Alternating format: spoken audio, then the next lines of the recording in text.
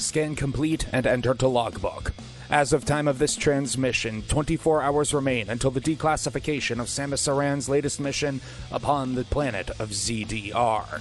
But what brought our brave space warrior to this dreadful point in her life? Today on the OverMangaCast, we covered the Metroid prequel manga, written by Koji Tozawa and illustrated by Kenji Ishikawa. We read volumes 1 and 2, covering Samus's origins upon Space Colony K2L and the events leading up to and during her Zero mission. And now, begin mission.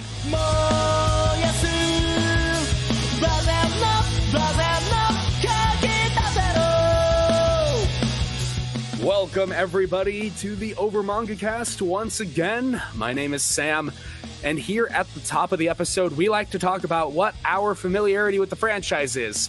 And, now you know our pain, too. Honestly, it's probably easier to list what I don't know about the Metroid franchise, but I will be succinct. In the year of our Lord 2002, a young Sam managed to convince his parents that 9 is basically 10, and 10 is basically a teenager, so I'm totally old enough for this cool game I saw in Nintendo Power, Mom. And that's how I got Metroid Prime and Metroid Fusion. And my life hasn't been the same since. I've played every game. I've beaten most of them. I absolutely freaking adore this franchise, and the fact that the next one comes out tomorrow after 19 years, I'm going to contain myself for the sake of the audio quality. How about you, Jacob? Almost all of my interaction with the Metroid series has basically been what you just heard from Sam. Not that I've had that experience. I've heard that story that many times. I have a passing knowledge of the Metroid franchise. Metroidvanias aren't really my style, so I've not actually played the Metroid games before, but I know of them. I know of Samus as a character, you know. So I have a passing knowledge, and sort of like how some of my obsessions will leak over into Sam's lexicon. Metroid is the one that Sam sends to me in return. And how about you, Matt? I think I played Prime 1. I can't remember. Oh, you know what I did play? I played the demo for Metroid Prime Hunters a lot. Yeah, First Hunt. That was very good. That was the multiplayer shooting arena on the DS that was essentially Quake for if you didn't want to pay for Quake. Yep. First Hunt was pretty good. It had some actual, unique OST to it that didn't appear in Prime Hunters. You're going to be hearing a lot of this random Metroid trivia from me. Again, I've been a super fan of this since 2002. We have been living this since the Dread announcement. Now you feel our pain, too. Don't worry, dear listener. Sam will make it easy for you. Every time he spouts some nonsensical Metroid trivia, you'll hear a little Samus warp ball noise. Anyway, yes. So we read the Metroid manga, which came out roughly around the same time as Zero Mission. So the 2004-2005 range. And it chronicles Samus's origin, which had not actually been that deeply explored until this. We knew that Samus was an orphan, that she knew the planet Zebes better than anyone else, that she was probably raised by the Chozo, and this did a lot to confirm that.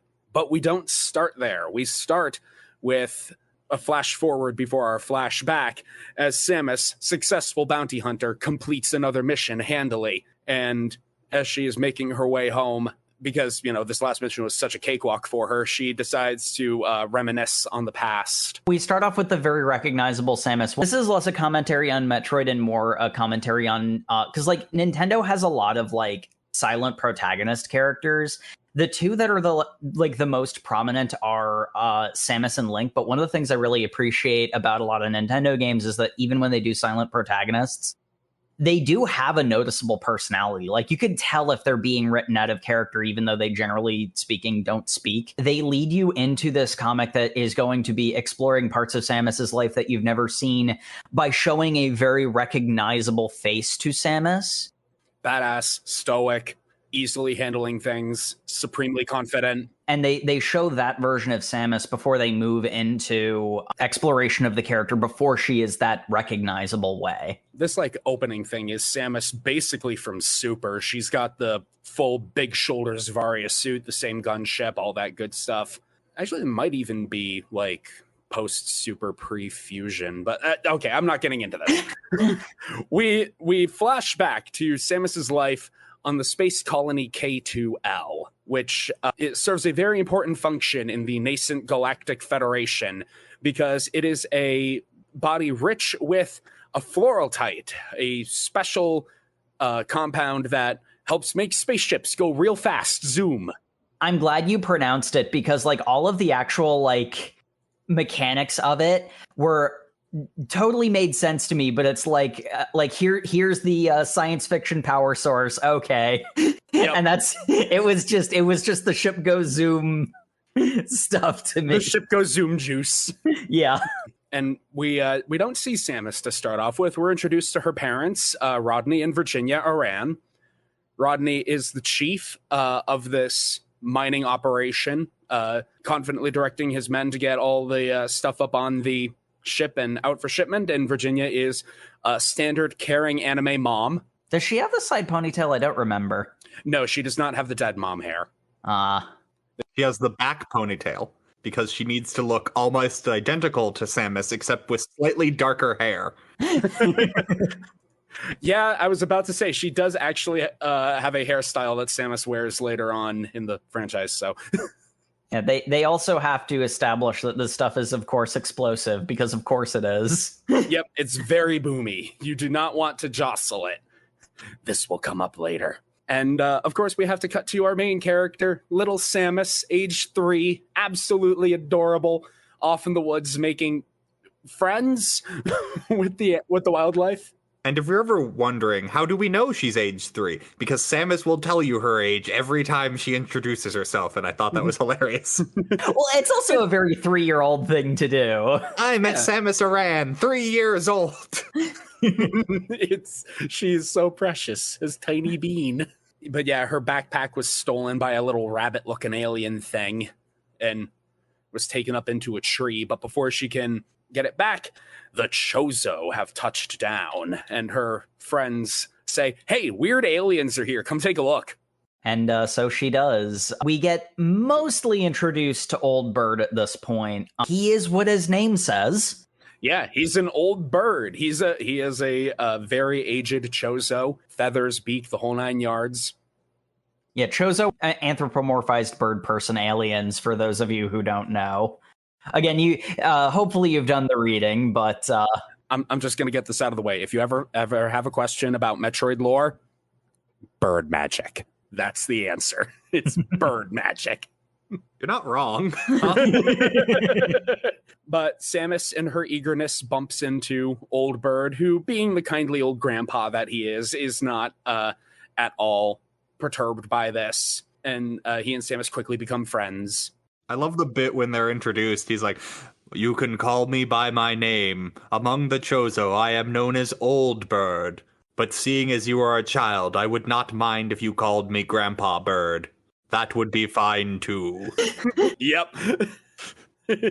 Yeah, I was going to say that, too, yeah. The Chozo are here because they want some of that fluorotite, and they're not saying why. They're just like, hey, can we have some of the space juice? And all the miners are like, no. It's like, thank you for asking, but all of this stuff is spoken for. Like, we would help you out, but like all of this stuff already has a home. You should know, because you're a part of the Federation that's it's owned by, so you're just asking for a little under the table. Yeah. And Old Bird is like, basically, yes, I understand this is unorthodox. Okay, just seriously, just put in a requisition request. But I don't want to. But that conversation happens mostly in the background as Old Bird, through his old Chozo wisdom, gives Samus a few levels in Animal Ken so she can befriend the little rabbit thing, and gives... Because you skipped over the weirdest part about this scene is this old Chozo diplomat came to make a trade deal. And then a 3-year-old said, come play in the woods with me. And he's like, I really shouldn't. Come on. Oh, well, I guess I'm going with the child now. To which the 3-year-old child's parents just watch as this foreign dignitary runs off with their daughter to the woods. It's like, I mean, cool. The Chozo are pretty cool guys, but they also want illegal rocket fuel from us? Yeah, Rodney's like, that girl will be the death of me. Like, I'm just saying, Samus's parents are not winning any awards. Yeah, old bird's like, sorry, Gray Voice, can you continue the negotiations? And the other Chozo's like, dude, what are you doing? You sort of expect it's like, hey, can I have some under the table sort of thing to be more hostile than this? But the Chozo are just like, we kind of don't want to put in a requisition for reasons we can't tell you. Can you just give us some? No, we can't do that. I'm sorry. I'd like to help you, but we just can't. Well, Drat, all right, bye then. And they just leave. Uh-huh. We tried asking nicely, and that was all we had. Well, I mean, you know, it's very much the fact that, like, they asked nicely, they were told no, and they were like, yeah, that's understandable. We were asking for something that was technically illegal. And then it's like, it's not even a trick that they're going to turn around and steal it or anything. They just leave. Understandable. Have a nice day. I don't know, because it's like especially in origin stories, and like obviously like there's the lore of the games that this manga has to like fit into, but like in so many other origin stories, like, you know, someone asking politely for illegal rocket fuel under the table would like try to steal it or something. But like the level of genuineness of, we know this is technically illegal, but can you do us a solid? I'm sorry, we can't. Okay, bye. Like, it really characterizes the Chozo as a people. Yeah. Yeah, they're very genuinely a peacekeeping, lawful good kind of race. Maybe that's not the right way of... That's definitely how they're portrayed in these first couple of chapters. Yeah, the Chozo are very peaceful. They're very understanding. They take a very long-term perspective on things, because we learn later that they are near immortal, or at the very least ageless. They're so long-lived that they have lived through the generation of like pretty much every other species. Multiple generations for them is one lifetime for a Chozo. We do have to introduce something important, is that Samus and Old Bird in the woods having their little animal ken lesson. We need an animal companion for this manga. Yes, so the little rabbit thing gets named Pianchi, and it apparently takes a liking to this name and jumps down and gives Samus the backpack back, and now is her friend, and it is very cute. This will not be the only time that we get a companion. You know, I went in knowing what this was. This is a tie-in to a video game. And we do get other characters besides Pianchi that are like, this is a character for this manga. You'll never see them again, and they can't do anything plot relevant. This is the first one where it's like, here's a character that's never going to come up again. And yet Pianchi does a lot. It weaves around the fact that it has to do that. You know, the speaking characters who end up in that category are done a little bit dirty to the point where the manga actually makes fun of itself for doing that.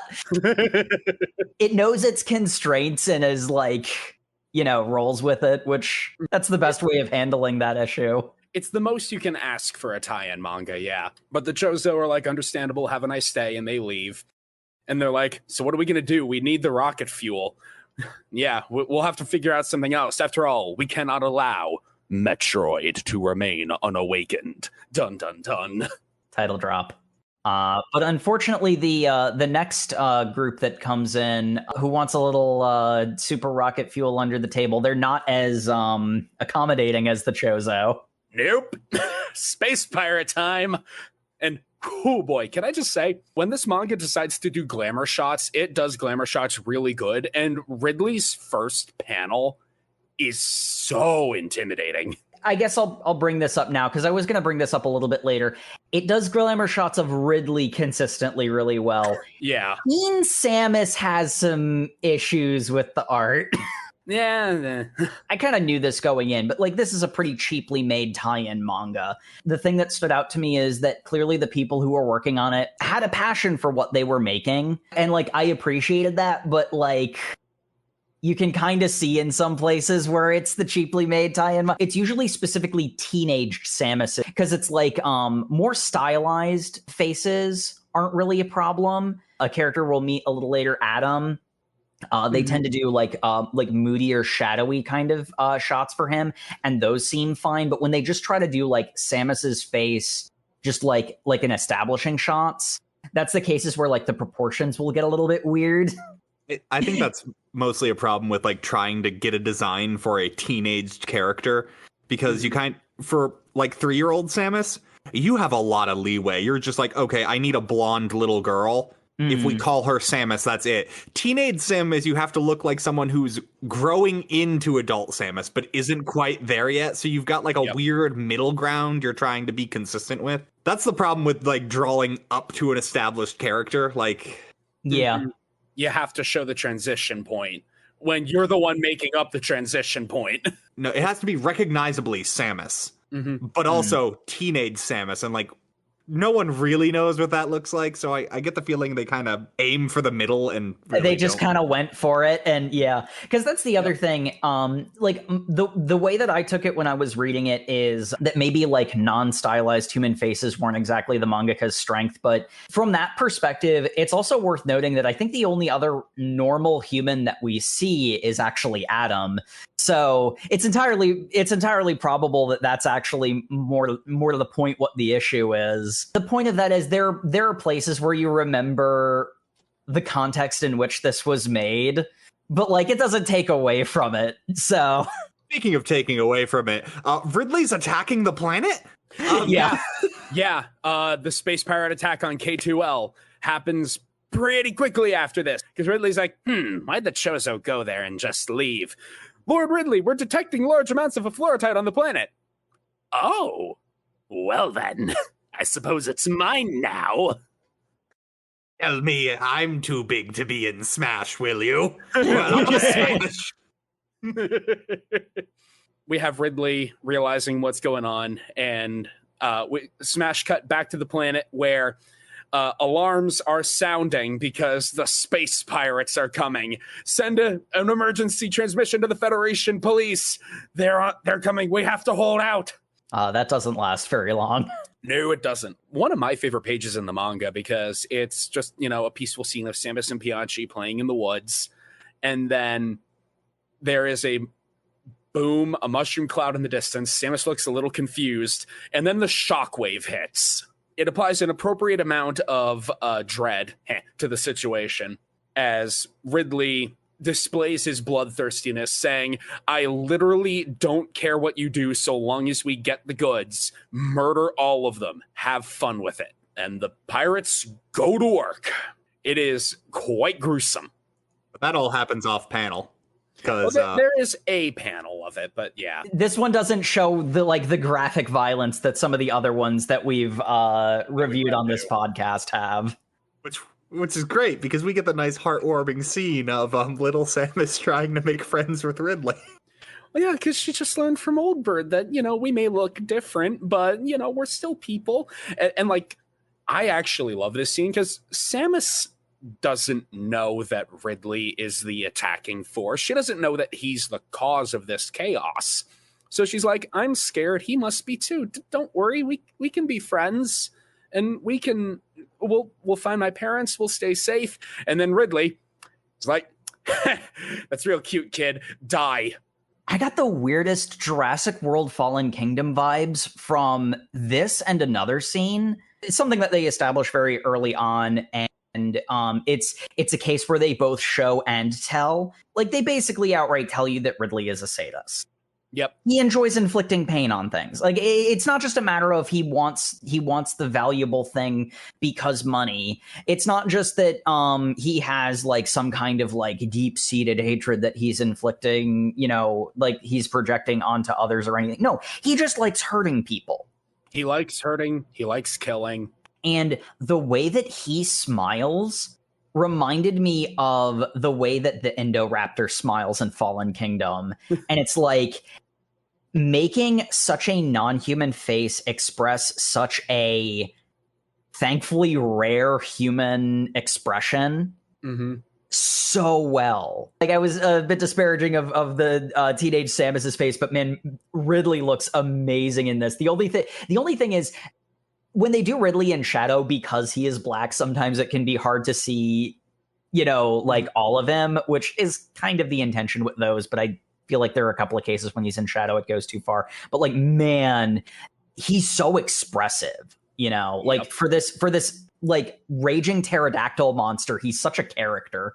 Yeah, there's a single panel of Ridley that is going saved in my reaction images folder where Samus is saying like, "Hey, Mr. Ridley, do you want to be friends?" There's just a single panel of him just going like, it's just this pure emotion of like, "Oh, you poor child." And it's like this deep sorrowful look because it's, "Oh, I'm so sorry, miss. We can't be friends." And then flip page, "'Cause I'm gonna kill you." But like that one panel of just Ridley going like, "Yep." He almost looks like he regrets what he's about to do. But then it goes away. But like, the reason it almost looks like he's regretting what he's about to do is because he's faking it, because that's more painful to the person he's about to kill. He's giving them hope before he tears it away. It is such a vile thing to do, and a common, show don't tell, but it's like, one of the things that really works about the way that Ridley is introduced is that they tell you how evil he is. They back it up with his actions through the rest of the story. Yep. But just before Ridley can crush Samus under his claw, Virginia runs in screaming to save her daughter. And this distracts Ridley enough that he's like, I guess I'll just laser this one instead, and uses his plasma breath to destroy Virginia, which admittedly does give Samus cover to run. Samus just watches her mom get vaporized. It is pretty horrific. It is pretty horrific. It is also an example of one of the things I kind of had a problem with reading this is sometimes the action that's happening is not the most clear.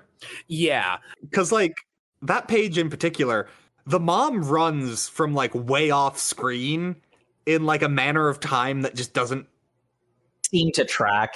Like each individual scene is really impactful on their own, but when you follow the line of like how the action's going, I'm like, what did her mom do? Like, it almost looks like her mom screamed and Ridley changed target, but like, she's too far away for that to make sense. Yeah, like. Mm-hmm. And that actually, this is another case where I was going to bring this up later with the specific example I noticed, because to me, there's an element to the dialogue that feels very like attempting to do 80s, which was a thing that was done a lot at the time when this manga actually came out in the like mid-aughts, where it's like going for a particular like announcery style with a lot of the dialogue. Basically the thing that JoJo's parodies, incidentally. And it's very much the case where once I'm like, oh, they're going for a particular style, I could still notice that it was an attempt at a style that was not quite hitting the mark. But at the same time, like, again, just like with the, stuff of like trying to do a teenage Samus has to look in a certain way, it's not so bad that it takes you out of it. It's just, you can't not notice when the video game tie-in manga that was made cheaply is a video game tie-in manga that's made cheaply. It's very pulp. Yep, it's super pulpy. That is the word I was looking for and could not find. Thank you. It is very pulp. Yeah. Well, anyway, we cut to Samus's dad, who I love because the space like armor suit he's wearing makes him look like the English box art for Mega Man. Like, he does. Yeah, Rodney has snuck his way onto the pirate ship. But he's like, oh, what the shit am I actually going to do with this? I'm alone. All I have is a welding torch. And he immediately gets caught by two pirates. And they mock him for just having the welding torch. Uh-huh. And he's like, well, you took this afluorite, didn't you? This highly explosive, highly reactive material. And the pirates are like, no, don't do it. And Rodney says, I'm sorry about this, Virginia, but I have to. I love you, Samus. And he triggers the explosion. Well, the other thing is the pirates aren't even scared because the pirates do the common villain trope of no one would ever sacrifice themselves like that, at which point he immediately sacrifices himself like that. Yep. And we get my favorite panel in the comic, which is Another Ridley, great reaction image.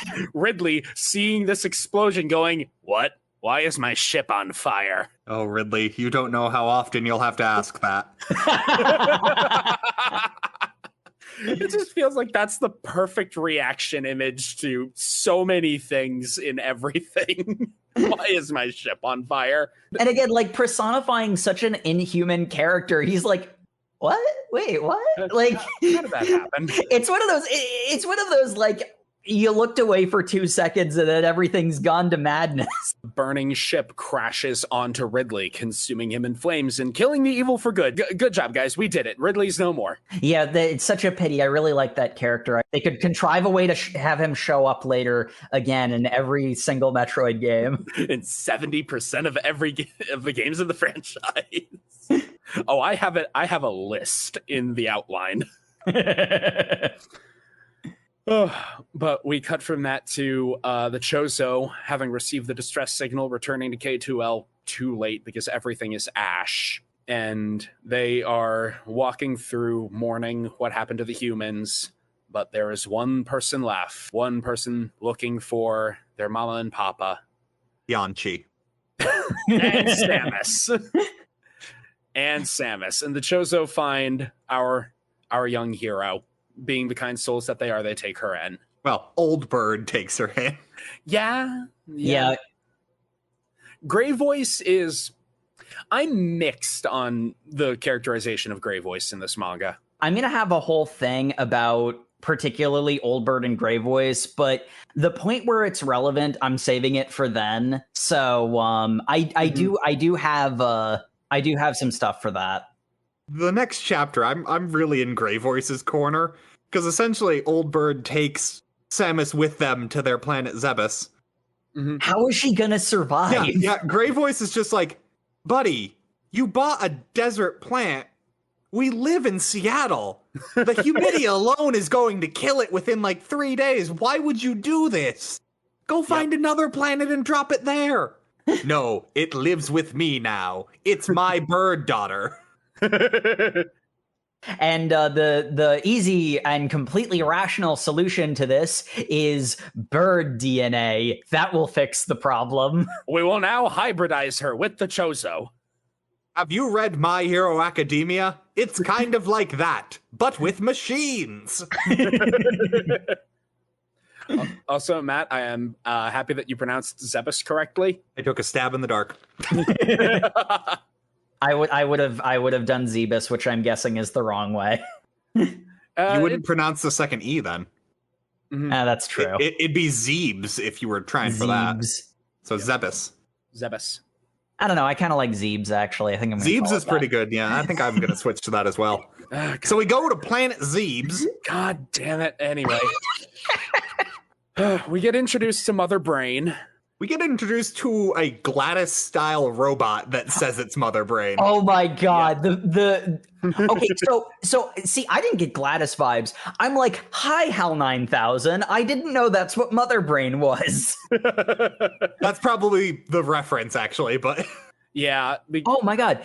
Because again, Metroid draws from a lot of existing sci-fi. Alien most prominently, but a lot of old sci-fi is in this franchise. And this is just a through line for everything. Mother Brain in this is just 100% HAL 9000. Yep. And that's not a complaint, mind you. This is just like a very, very campy, scenery-chewing HAL 9000. Well, yeah, it's a HAL 9000 that fits in the universe of Metroid. But not having a lot of experience with the Metroid franchise, it's sort of there was a bit of a realization oh, Mother Brain's HAL 9000. Okay, I got it. It's a very quick introduction to the character, and you kind of know where everything's going to go from there at that point. But Samus is given the Chozo DNA, which doesn't physically alter her in any aesthetic way. Okay. Bird magic. You think she'd start growing feathers or something? But you're right, Jake. Bird magic. Hey, we don't know. We just got to see little blonde-haired 3-year-old. Maybe that's why her hair is so long. Yeah. Chozo DNA. The other thing is she's always in a bodysuit that covers her completely from the neck down. And you don't know what any of the rest of her looks like. That's not even true in this manga, Jacob. Yeah. She wears her Zero suit at least twice, and that's literally just... No, she doesn't wear the Zero suit in this, but we do see her in the civilian clothes from one. Oh, that's right. I forgot Samus's civilian clothes are... When she turns into Carmen Sandiego briefly. Well, she turns into Alucard briefly, but we'll get there. Her civvies, which are basically just a sports bra and some booty shorts. Yeah. Her civvies are what you might wear roller skating on a 100-degree day, not civvies. Exactly. But anyway, 11 years later, Samus is training in the power suit. Samus Aran, 14 years old. Gray Voice is being a little harsher there. It's like, come on, the enemy's closing in, shoot them. And her aim is pretty atrocious. But, she's learning. It's probably like her first time in the power suit or whatever. And we get tween Samus here in all her tween angstiness. It's pretty funny. What do you mean the suit doesn't do all the work for me? What's the point of it then? Ugh. I just want to hang out with my rabbit. She basically does almost say exactly that. That's Gray Voice she's training with, right? Yeah. Yes. Yeah. Because I love the one quote he has during this scene when he's talking about you need to be a protector. It's like, you don't understand. You're going someplace dangerous. Second or third place are worthless. That's death. You need to constantly succeed, my teenage daughter. Oh, I can see why this might have... Yeah. Well, actually, no, Chozo have no concept of putting too high of expectations on people. Chozo do not think that way. You're right. You're absolutely right. Because she says, I don't know, I'm anxious about all this pressure. And they essentially get the quote like, that's a weird human trait. We Chozo, once we accept something must be done, that is a fact of the world. We do not worry about it.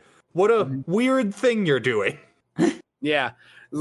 I don't understand these expectations you're talking about. You're going to be a protector of the galaxy. Just complete the training and do it. I'm gonna go sulk on a mountaintop. This is something I didn't really think about until this point, but like she would be an angsty teenager about this, and it's kind of nice that they don't Flanderize the way that Samus is in the games onto this character and make her already a stoic badass or anything. For a lot of this, I was waiting for stoic badass Samus to show up, but the thing I had to keep reminding myself of is it's no, this is her getting there. Of course she's going to be acting like this at this age. Oh, no, Jacob, if they had 3-year-old Samus stare down Ridley and pull out a gun, I would have loved this manga so much. It would have been 10 out of 10. Read it all day, every day. That would have been rad, I'm not gonna lie, but I am glad we got to see the trend, the growth. Yeah, the actual growth, because that's, and I mean, this is something that usually comes up in the prequel to any given series will, if it has an established hero that we're doing the origin story of that hero, not we got to please the fans, so they do the thing that they're known for. But it's if it doesn't make sense for them to be that way as they're growing up, then it fails as an origin story because it's not the origin of the character anymore. Mm-hmm. So it was very much the case where I noticed myself slipping into the trap of expecting adult Samus out of teen Samus, and I had to remind myself that what the point of this was. Anyway. Angsty Samus finds a butterfly and thinks it's pretty. And old bird's just butterfly? No, that is merely something ionizing from the And then she's like, science talk, boring. Yeah. Jeez, Dad, why can't things just be cool? We do have a very cute drawing of Bianchi leaping on Old Bird's head and playing with his feathers. I love that so much. Old Bird and Samus are trying to have another little heart-to-heart moment. It's middling. Samus basically sits up on this mountain brooding all day until she sees one of the more heartbreaking panels in this manga, because Samus sees more of the butterfly things, and they're in this field of flowers, and being the kind soul who loves animals that she is, she gets them some juice. She's hanging out with the animals, having a good time. I don't like that this canonizes the characterization that you're supposed to save those animals on your way escaping.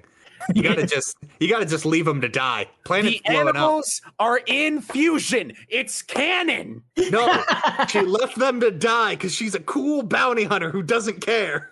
It is canon that she saves the animals. I don't care how many frames it saves you, GDQ. You save them. You gotta save the frames. It's a speedrunning event, Sam. Welcome to every long-running fandom ever. One person who actually cares and another person just pretending to care to get a rise out of the other person? Yes, exactly. Oh, okay. Yes. Hard-hitting commentary on the OverMangaCast today. As the guy who has been in this conversation, the one who cares, yes, that's how long-running fandoms work. You're also the one who doesn't actually care and stirs the pot. Yeah, I've been on both sides. Yeah, I can't deny that. We're not talking about other Anyway, the Chozo are really worried about this thing on SR388, which I know it's supposed to be SR388, but that's too many words. I still say 388. I mean, it's a manga, so it's pronounced however you want it to be pronounced. It's also a number, so anyone who tells you you're pronouncing a number wrong is dumb. But yeah, the Chozo are all gathered around having a conference with Mother Brain. And she's like, yeah, the Metroids are growing at an average rate, which is not what we need. We need the Metroid to be ready like yesterday. And Old Bird is like, the children of the Chozo, hopefully they will develop quickly enough. What do you mean children? The Metroids and Samus, obviously. Huh. I don't like one of those things. Does not compute. I kind of read it as Mother Brain not understanding Old Bird's perspective on considering the Metroid and Samus to be the children of the Chozo. What Mother Brain doesn't understand is the idea of them being the Chozo's children, because again, Mother Brain's HAL 9000. They're it's military asset. The Chozo are unable to reproduce. You cannot have children. That is illogical. Almost exactly a quote from later on. The big thing here, and like this is a through line that becomes more and more adversarial over the course of the story, where it's sort of obvious that like Mother Brain thinks that she can functionally program the Metroids to do what she wants. Mm-hmm. She knows she can't do that with Samus, so she loathes Samus. She doesn't want to be bothered. This is not worth my time. I'm going to focus on the thing I can actually do stuff with. And she is consistently dismissive about Samus's entire existence. Meanwhile, Grey Voice is going to check on Samus, and she's like, yeah, I found this nice valley. There's so many pretty butterflies and these cool flowers. And he's like, oh, God, those flowers, those are very bad. I'm going to burn all of them now. This is an invasive species from another planet, and it's very poisonous. It has to die. Does not even flip a page before we cut to the valley in flames. Like, the Chozo are so well characterized as a people because, like, there's no appreciation for the beauty of it. It's like, well, poisonous invasive species, flip the fire switch, and they just have a wall of flamethrower robots murdering everything in its path. Mm-hmm. Purge all of the unclean. And it's like, how did these even get here? Oh, yeah, you remember that last time the Space Pirates came to Zebes? They must have had some seeds on them. And Zebes is like, wait, they came here too? Oh, shit. I'm having trauma flashbacks. Oh, Samus, did you never notice? If you look over the ridge, there is the pile of bones from those Space Pirates. We burned them. We burned them all. Yep. Great voice. I'm really questioning your peace by all means mentality. Mm-hmm. Doesn't seem consistent with what I see you constantly do. How could so many of the seeds have gotten into one place to create such a, like, vast field of flowers? Oh yeah, those butterflies. They were probably pollinating. Okay, burn those too. I won't let the robots do it. You're the one who messed this up, Samus. You need to solve this problem. Well, no, he doesn't do that. Grey Voice orders the robots to burn the butterflies, which have weapons from the Space Pirates, I guess. That was pretty great. they've got guns, and they start shooting on Grey Voice and the robots. I forgot we needed Samus to have justifiable self-defense. She planted a knife on him afterwards. Oh. Samus summons the power suit because that's how it works. She gets Grey Voice out of the line of fire, and again, proving that she is a kind soul who cares for the animals. She fires with extreme precision and just destroys the guns, not hurting the butterflies. Which is amazing because she couldn't hit the broadside of a barn earlier today. Yeah, but she didn't have conviction then. She wasn't fighting for something, and Mother Brain even said the suit responds to your thoughts. And her thoughts were, I'm going to harmlessly disable these things in order to protect them. Oh yeah, I love that moment because it really goes to show the disconnect between Samus and the Chozo, because when she's training, she doesn't really understand what she's doing. In her mind, it's training for the sake of training. She's told that she's supposed to be this protector of the galaxy, but like that doesn't mean anything to her. And then, she has something actually in front of her that she wants to protect. When someone is in imminent danger, it clicks. Mm-hmm. And of course, Mother Brain, and she disables all of them, and she's friends with the butterflies. And then Mother Brain's like, good job. Now then, burn it. Now we can burn them more easily. All the butterflies die. Samus destroys a few robots, goes and angst some more. Yeah, it's pretty sad. I mean, on the other hand, though, the butterflies were the reason the poison was getting spread, so this is very much... But again, she's 14. Yes, she's very much teenage Samus of, I want to do good no matter how many people that hurts. Oh, wait. There's a level of it being unsatisfying, but that's sort of the point, because... compared Mother Brain to HAL 9000 a bunch of times, but the Chozo are pretty mechanical in their morality too. As showed, their do no harm mentality is very loose. Well, it's very concrete is the problem. It's very literal. It's very literal in such a way that they keep finding ways around it and don't seem to care because they're following the literal letter of their laws. Whereas Samus, not just because of the type of person that she is, which, this is what's being established, but also because of her age, is pretty much a ball of idealism. And there probably was still poison on the butterflies, and maybe there was a different way of doing it, but that different way may have killed a bunch of Chozo and also Samus. It's hard to say. Also, we've established these butterflies can get guns. They could just get more guns. They could just get more guns, which would be its own problems. Feels sad to burn the butterflies, but this is kind of a life and death situation where half measures are not gonna cut it. Yeah, are inviting disaster. I also don't think we fully illustrated how ridiculous these butterflies looked with guns. They were the size of handguns, holding handguns. It's very silly. Yes, it's got a gun.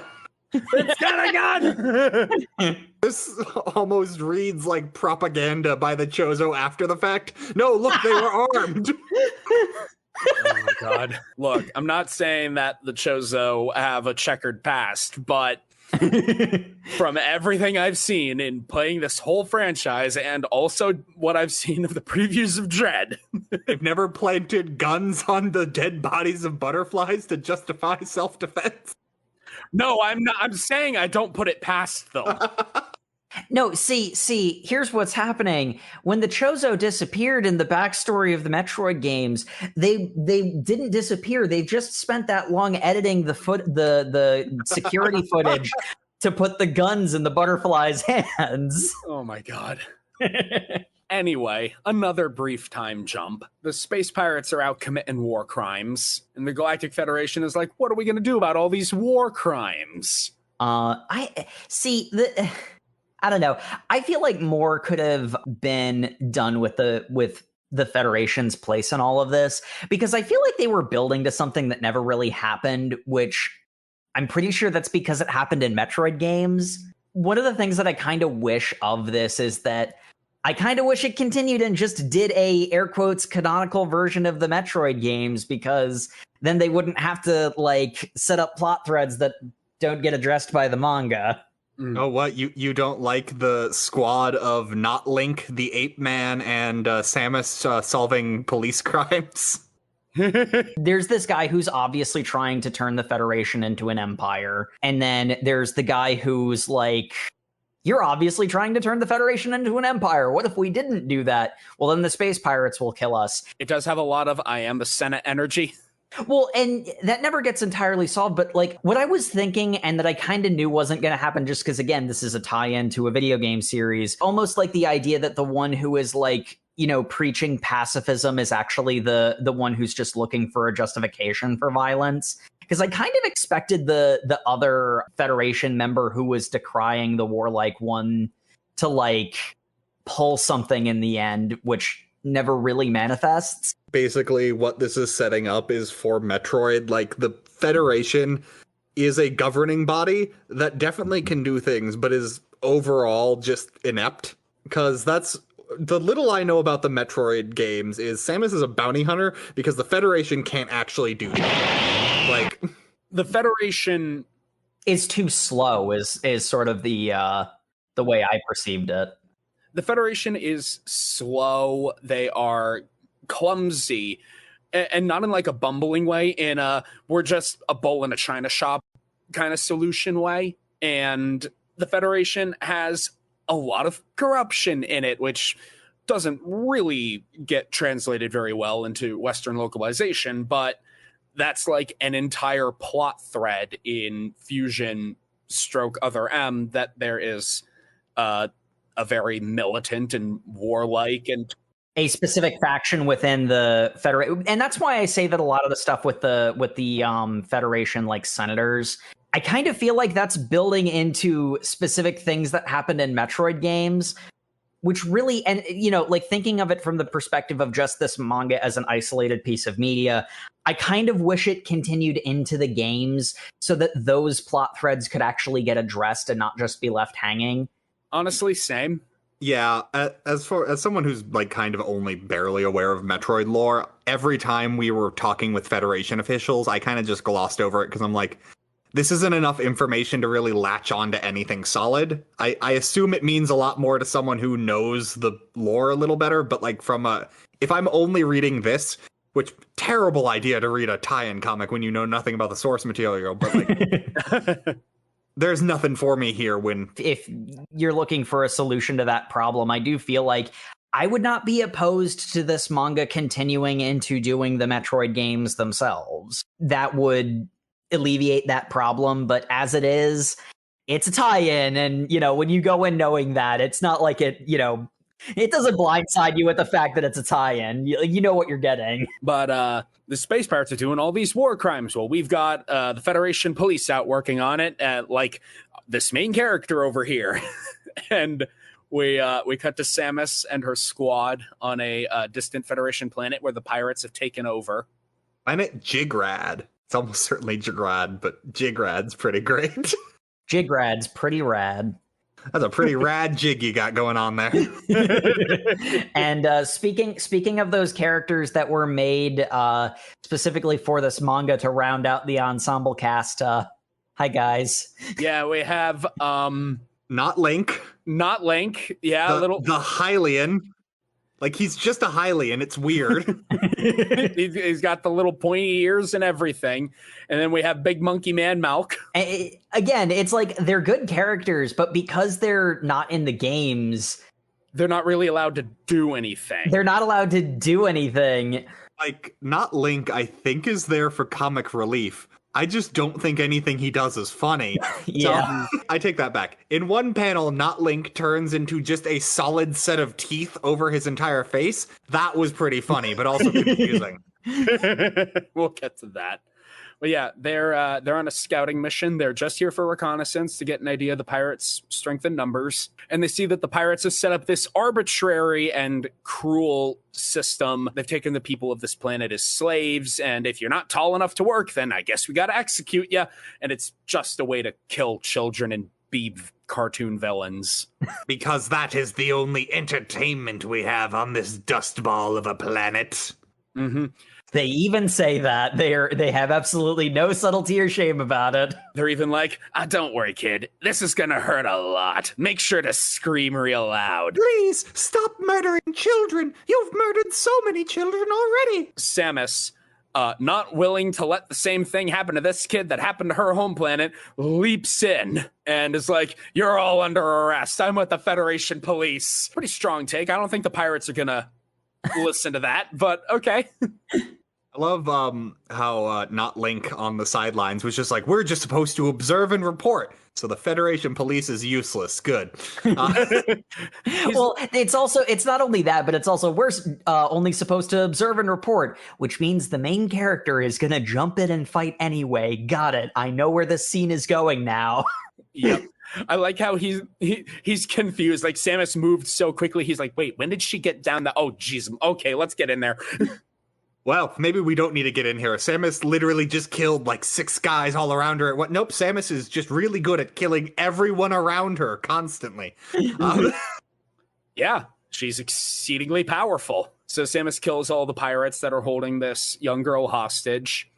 And she's like, okay, hostages, go take this kid, run somewhere safe. I'll clean up this trash. Before her squad mates can even get in on the action, Samus has murdered the hell out of all of these space pirates. It is brutal. Well, excuse me, there were exactly 6 guys left over, so each of her compatriots could have one panel of them taking out 3 apiece. Yes. There was one left because we have to have a mini boss fight at the end of this level. Not Link has his weird laser Wolverine claw whip thingies, and Malk is just a big monkey man. He do big monkey things. Hulk smash. He punched the bad guys good. He punched them real good. I also like how it's kind of implied that he's the most intelligent of the 3 for all the dumb monkey jokes we're making. Yeah. Oh no, he's very sophisticated. I'm just like, he is also very big, punch real strong. I think that kind of ties into the like mini story that's going along with them, is he feels he has a lot to prove. That's why he acts so sophisticated. Later, it's mentioned that his species almost didn't actually become part of the Federation because the initial view of them was that they weren't an intelligent species, which actually kind of fits in with a thematic element that's through all of this, which is the first character conflict that we get is Samus is initially scared of Old Bird, but finds that he's actually nice, kindly Grandpa Bird. Then alternatively, there's Ridley, who is exactly what he looks like. Malk is indeed quite strong, but he's also not a dumb brute either. Samus is, attractive, shapely woman, but she's also a very powerful warrior. People aren't what they seem. Or people can be what they seem, but until you get to know them, you don't know. Because, one of the things that I think is kind of important is that Ridley looks like a freaking monster. Ridley looks terrifying. And you know what? He is, because sometimes, bad is on the outside too, but you don't know that until you know the person. You shouldn't judge them by their appearances, even if ultimately, they are a bad guy. You should at least give them the chance first. Yeah, but we have a great moment here where the only one left is the indulgent pirate leader. Yeah, some fat slob sitting on a throne, and Samus grabs him. Boss character. Samus grabs him, throws him under the arbitrary tripwire thing so that it doesn't ping. And she says, didn't you say that anyone who didn't get detected by this gets dispatched? Shoves arm cannon in his face. Please have mercy. Flashback to her mother being vaporized. Mercy. Did you say mercy? Charging the arm cannon, ready to blow his whole ass head off. Samus laughing at the very concept of mercy is a strong character moment that I really appreciated. Mm-hmm. Well, she's not even laughing. She's just infuriated. Mercy. Yeah, it's like an angry laugh. You insolent crab. How dare you talk of mercy? Again, this is one of those ones where it's like, I'm seeing the character arc they're bringing her through, because almost immediately the previous scene was her not willing to do harm to the butterfly things. But she's kind of gone through the emotional ringer by this point. She's been through a lot, and she's still trying to process what her ideals actually are. And this pretty consistently shown that they really genuinely don't deserve mercy. Like, they're not gonna change. So she has that moment of, why would I put this thing in cuffs when it's just gonna kill people again if it gets the opportunity to? But her partners talk her down. Oh, no, actually, the little girl she saves starts crying because she's terrified of Samus now. Oh, yeah. And this breaks through Samus's rage, and she's like, "Oh, right, sad kids. That's why I sympathize with the sad kids." Okay. All right, don't become the monster you're fighting. It's actually a pretty poignant moment. Oh, yeah. It is important that she sees the kid because, concerned about becoming Ridley. And it's like, shooting that space pirate wouldn't have turned her into Ridley. But like, the fact that she has the maturity and the foresight to see that that's where that action would lead her, like that's the direction she'd be going if she did that, is a really powerful character moment for her. Also, it kind of leads into something that happens a little later. Is what happens is the girl had been like in catatonic shock, and the second she starts crying, she just can't stop. And the two people with her are like, "Oh, have you been keeping in that fear all this time?"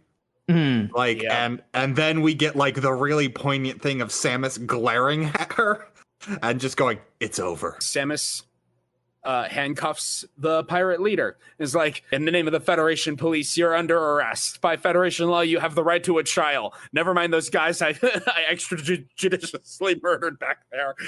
In all fairness, they do get chewed out for the extrajudicial murder. Like, yeah, they do. They were resisting arrest. We definitely didn't put the arm cannons in their claws after the fact. Look, if Samus learned one thing from the Chozo, I was going to say, this is a theme now. It was always leave a knife at the scene. Oh my God. Look, drag them inside the property line, and then it's a home invasion. Please! I'm begging you.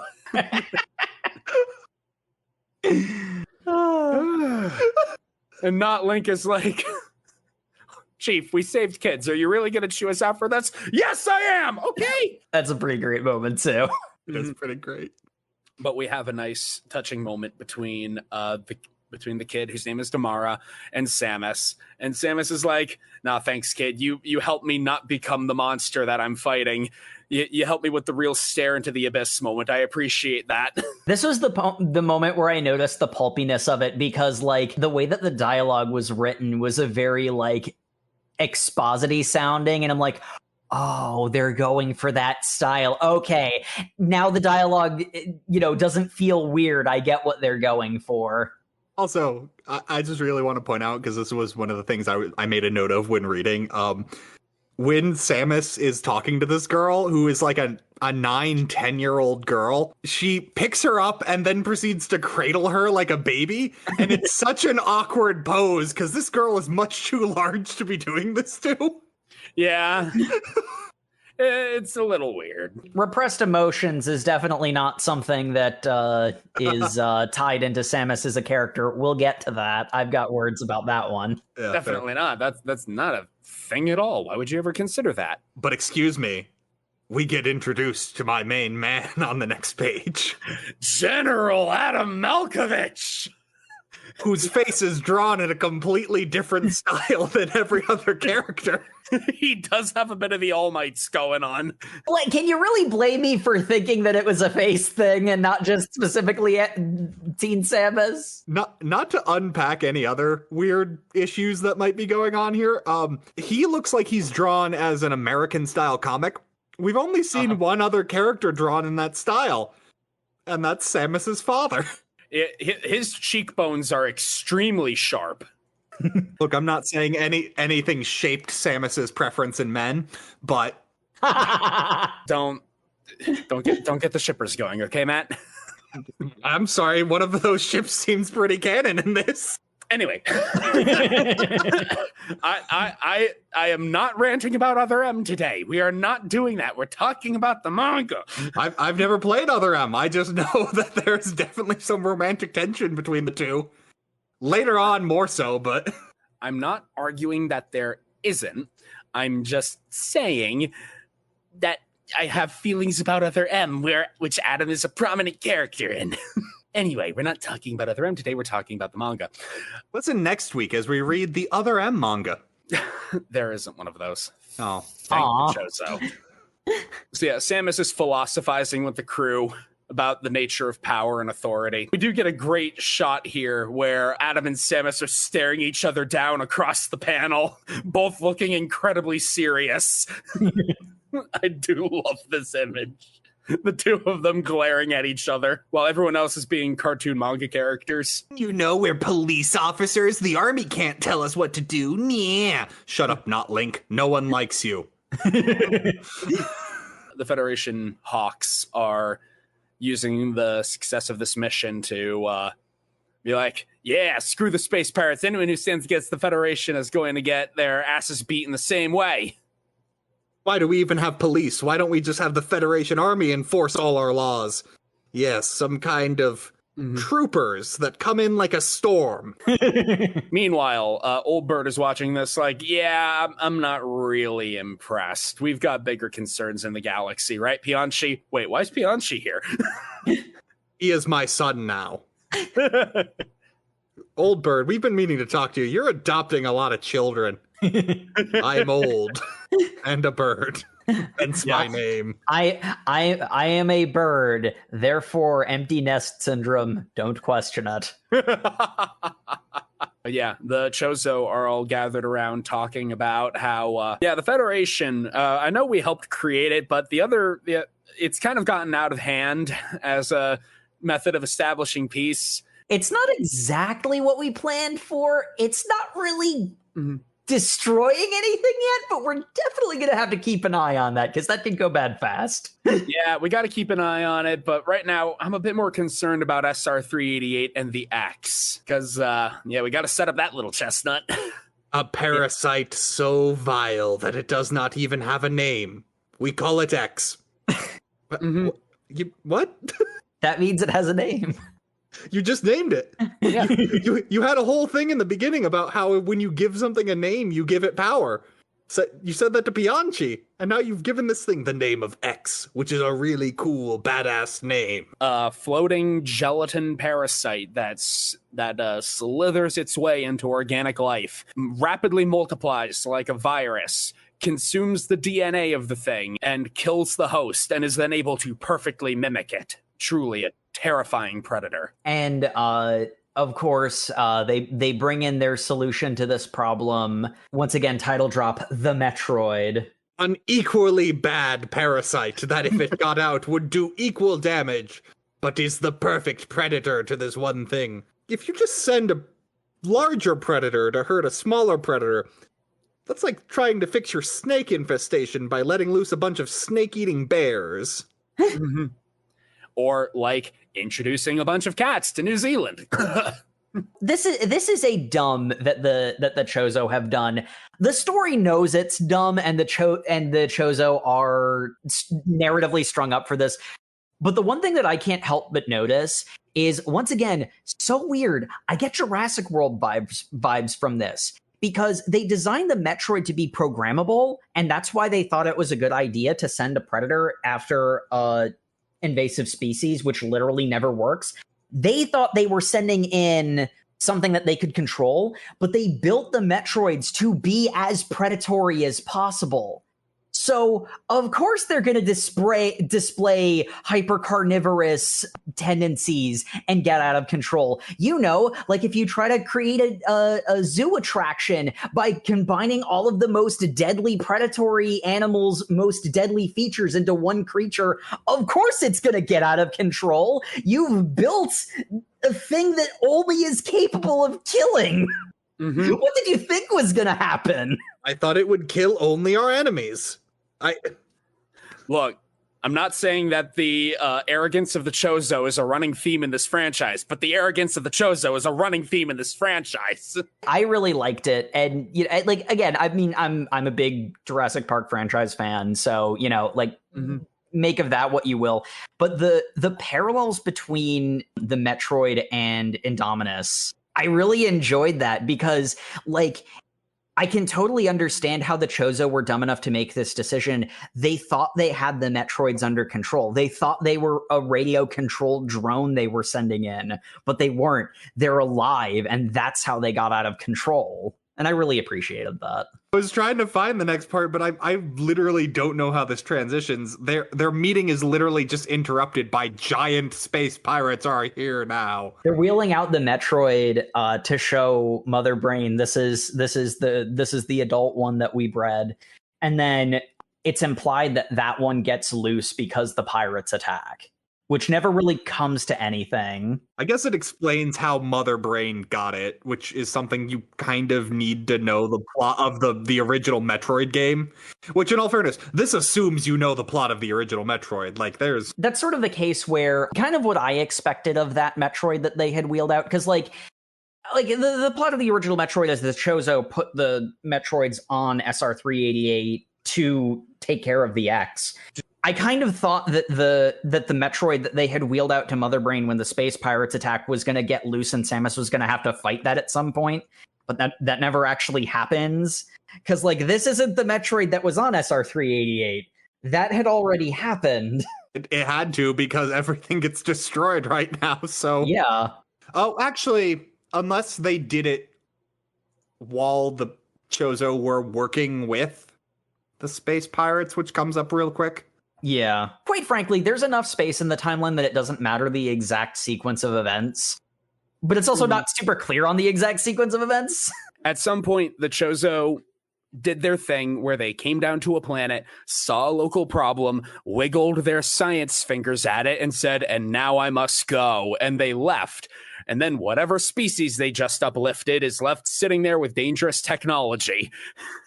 You are enlightened now, Yep. for you have met the Chozo. Yep, and it's a roll of the cosmic dice, whether you're going to get an Aether out of this or you're going to get a Bryo. And those are Metroid Prime references that my co-hosts don't get. I don't know what those things mean.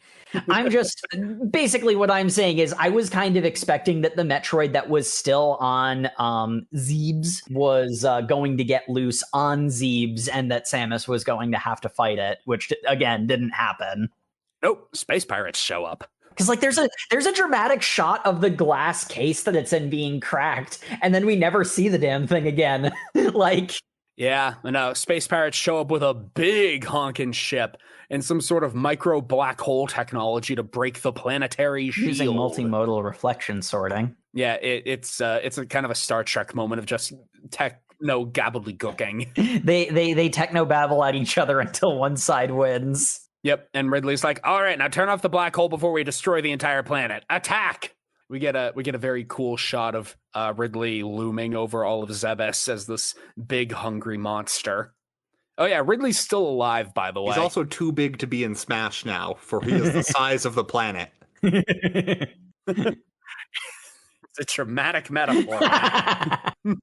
But we cut back to the planet Jigrad, where dancing has now been banned. A la Footloose, as they are torturing the prisoner inside a fishbowl, I think. Yeah, they got him trapped in some sort of fishbowl thing, and they're like, "This is the first pirate we've ever caught. How do we actually interrogate one of these guys?" And Samus is like, "All right, all of you, shut up. You're beating around the bush too much. You tell me what you're doing here. Why are you massacring Federation planets and taking everything on there? What are you accomplishing?" And the space pirate goes, "Society!" It's great because the space pirate just says, like, society, and you don't understand. You humanoids think your Federation is all built up. To which point, Adam and Samus just go, he's being difficult. This entire thing must have been a decoy and they're attacking elsewhere. Yes, that is the only explanation for why someone we're interrogating for information might be difficult. You know, the pirate's like, "Take your friends there, for instance. Their races are continuously discriminated against. One of them is barely considered sentient. And you call us the monsters." The other is a Hylian, otherwise known as the hero of time. Not the hero of trains? We don't talk about that one. I also believe that's hero of the rails, isn't it? I don't know. Okay. Hero of trains is funnier. That's the same link as Wind Waker, though, so he'd still be the hero of the seas. No, it isn't. It isn't? They leave the Great Sea and found a country called Terminal, I think, and then it skips 100 years. I never played Spirit Tracks. Back to Metroid. Yeah, this is a different franchise. Spirit Tracks broke during the boss fight for me, so I never finished it. Let us know if we should do a Zelda manga. Zelda actually has a bunch of manga. There's released. a selection. So. I hear the Twilight Princess one is really good. I do love Twilight Princess. It is the best Zelda. Yes. True. Anyway, back to this. And the pirate's like, oh, hey, miss, you're talking like you know us pirates. You must be one of the survivor from K2L I've heard so much about. A lot of assumptions being made that just so happen to be right. Mm-hmm. And he's like, yeah, no, that planet really good for nothing. Those dumbasses couldn't even save themselves. Hey, don't get mad at me. The Federation thinks that about you. Yeah, this guy is really just stirring the pot. At which point Adam's like, all right, quit avoiding the subject. Being all stern and handsome and shit. being all stern and drawn in a different art style. And looking vaguely like my father, so I'm attracted to him. Ugh. God damn it. And Adam's like, yeah, no, this guy's absolutely stalling. They must be pulling something somewhere else. And it's like, guys, we're getting a distress signal from planet Zebes. The Chozo are under attack. And Samus is like, I am not letting a second homeworld be destroyed. I'm going right now. No, you're not. Yes, I am. Okay, you are. Go. But only if I can come with you. What? Adam, why would you want to come with me? That sounds really cool, and I'm totally on board. No, Adam doesn't come along. Her squad mates do. Adam's like, yeah, it'll take about 48 hours for me and the rest of the Federation army to show up. You have that long to go there and get what you need done. Oh, that's right. Adam meets her at the ship, and they stare deeply into each other's eyes for 2 pages, actually. Samus holding the arm cannon barrel at Adam's chin, like, and he does not flinch, stone freaking cold. I actually really love that page, especially because the panel of the gun in Adam's face and him not flinching, it looks really cool, but it's also such a comedy beat of him not even reacting. He's just like, yes, that is a gun. I want whatever Adam is on right now. That sounds like a really good time. So Samus and Du Bois go to Zebes to effect a rescue mission. The beginning of this I'm not 100% clear on. This is one of the parts where the pulpy style gets a little bit messy. Yeah. So they land on the planet and everything looks all burned up. And Samus is like, I can tell the Chozo didn't actually fight. They must have fled. That means they're probably not dead, so we can look around for them. Well, it's actually not Link who's like, if they didn't fight back, that means they must have just fled, which means they're probably still alive. Because like he's basically her walking optimism at this point. Yeah, Jake, don't give not Link any credit. Anyway, they find a Chozo corpse, but not a Chozo corpse. You know, that's a space pirate body, and it's all desiccated and sucked dry, like it had everything drawn out of it by some sort of parasite. Oh yeah, that's right, because they established that they established that beforehand that was something that happened on a ship. Mm-hmm. It's like, what terrible weapon could do this? And Malk is like, it wasn't a weapon. With my enhanced ape nose, I can smell that an animal did this. So we're going with that logic, huh? Uh-huh. Cool. It totally fits with the rest of this, so... Yep. Samus senses Pianchi, I guess, which lets them avoid getting ambushed by the space pirates, and the crew flees into a cave. Well, look, I'm just saying, if I wrote this, Pianchi would have been an X-parasite that immediately got eaten by a Metroid, and I would have loved this manga a lot more. Doesn't Pianchi find them, is how that happens? Yeah, Pianchi finds them and leads them into the cave. Yeah, and then they follow Pianchi. Okay, yeah. The space pirates follow after them, but get quickly taken out by the local wildlife. It's like, which is kind of a nostalgic. It's like, look at this classic Metroid enemy. It's a Scree. This planet has predators found nowhere else in the galaxy. Yeah, yes, that's how endemic species works, Samus. I was about to say that's every planet. But Bianchi displaying uncommon levels of intellect for a little rabbit thingy. Yeah, Pianci's gone at this point is more like a Pokemon than a wild animal. So Yeah. I thought it was implied that Bianchi also got Chozo DNA to be able to live on Zebes. Oh, that's why he gets smarter. I wouldn't be surprised, yeah. I don't ever think it was explicitly said, but yeah. Yeah, that never got like mentioned even in passing, but that makes so much sense. So Bianchi leads them to a little recording from Old Bird, who's like, "Yep, we all boogied the hell out of here. Don't worry, Samus, we're fine. Unless we're not. Unless In that we're case, not. we're dead." Yep. In that case, we're dead. But either way, don't worry about us. You have a job to do. I thought about nuking the planet so the space pirates wouldn't get our technology, but nah. Our one remaining concern is the Metroid. Dun dun dun. And Old Bird just explains the Metroid. Full stop to Samus, because we had to get all this exposition out somehow. This is a fine enough way to give the exposition on them. And Old Bird says, "Whoever's viewing this message, please pass this on to Samus Aran, our child. Tell her that Metroid did not pan out as our greatest soldier, but Samus, she will inherit the Chozo's will to defend the universe and create an everlasting peace." Get that classic origin story beat in. So yeah, make sure to go tell our daughter that, put all those expectations on her shoulders, and bye. And the recording ends. It's not like she's in a fragile mental state where this might, tip a scale or anything. It's not like she's probably finding out about her second home planet being burned by the space pirates. Also, all her people, or her adopted people, being kept prisoner. We won't even worry about that. We'll send the two side characters to go worry about the prisoners. Samus and Bianchi have a nice little moment before the side characters go off to rescue the prisoners while Samus goes to find Mother Brain.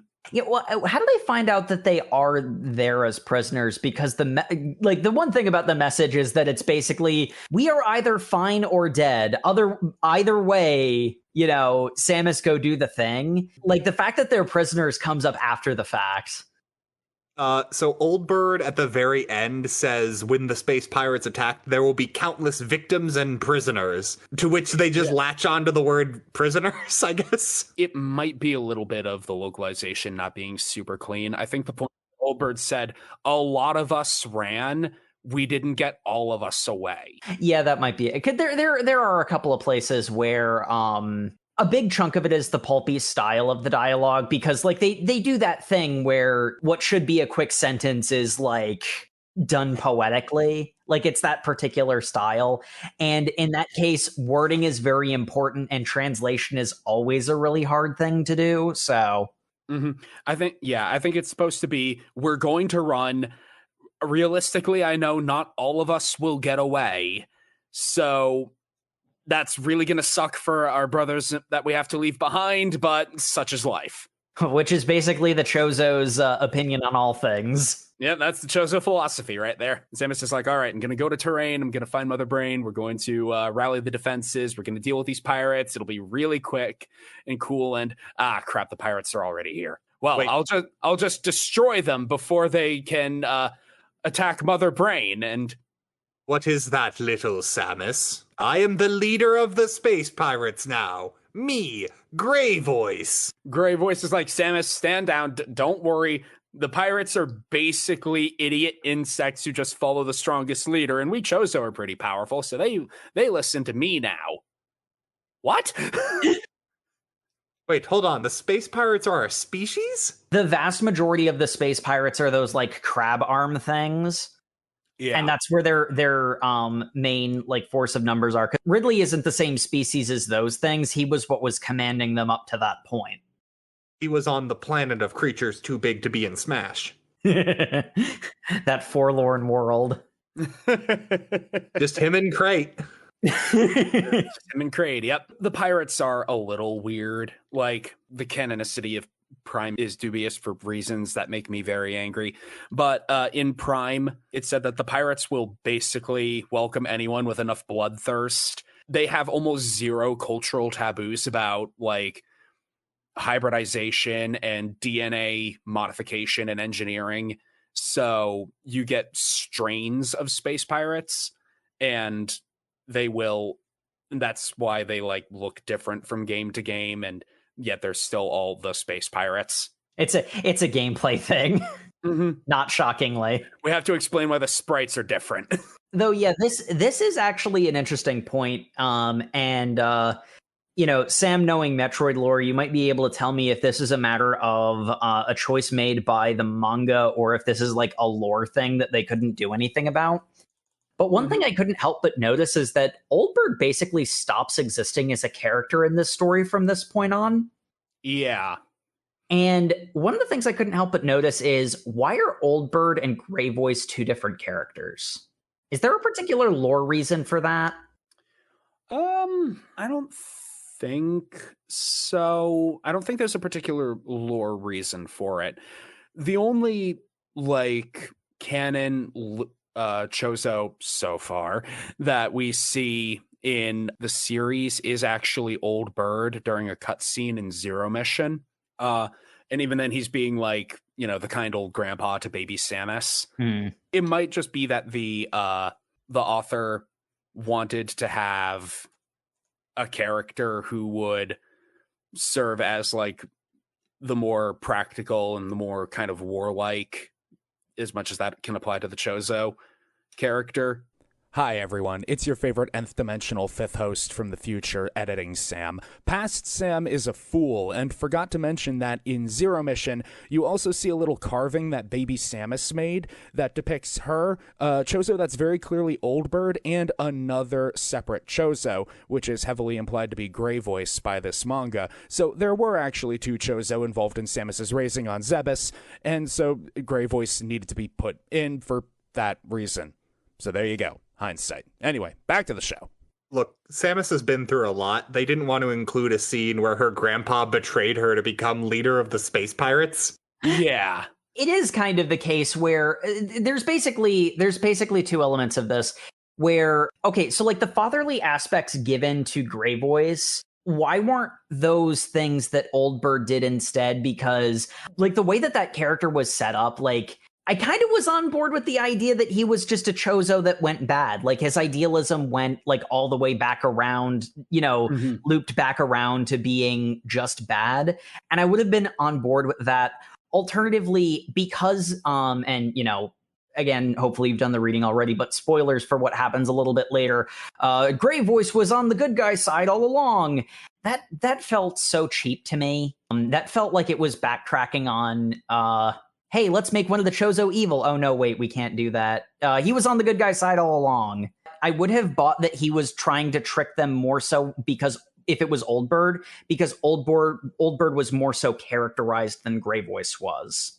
I felt like they did enough legwork for that to work, given the pulp style.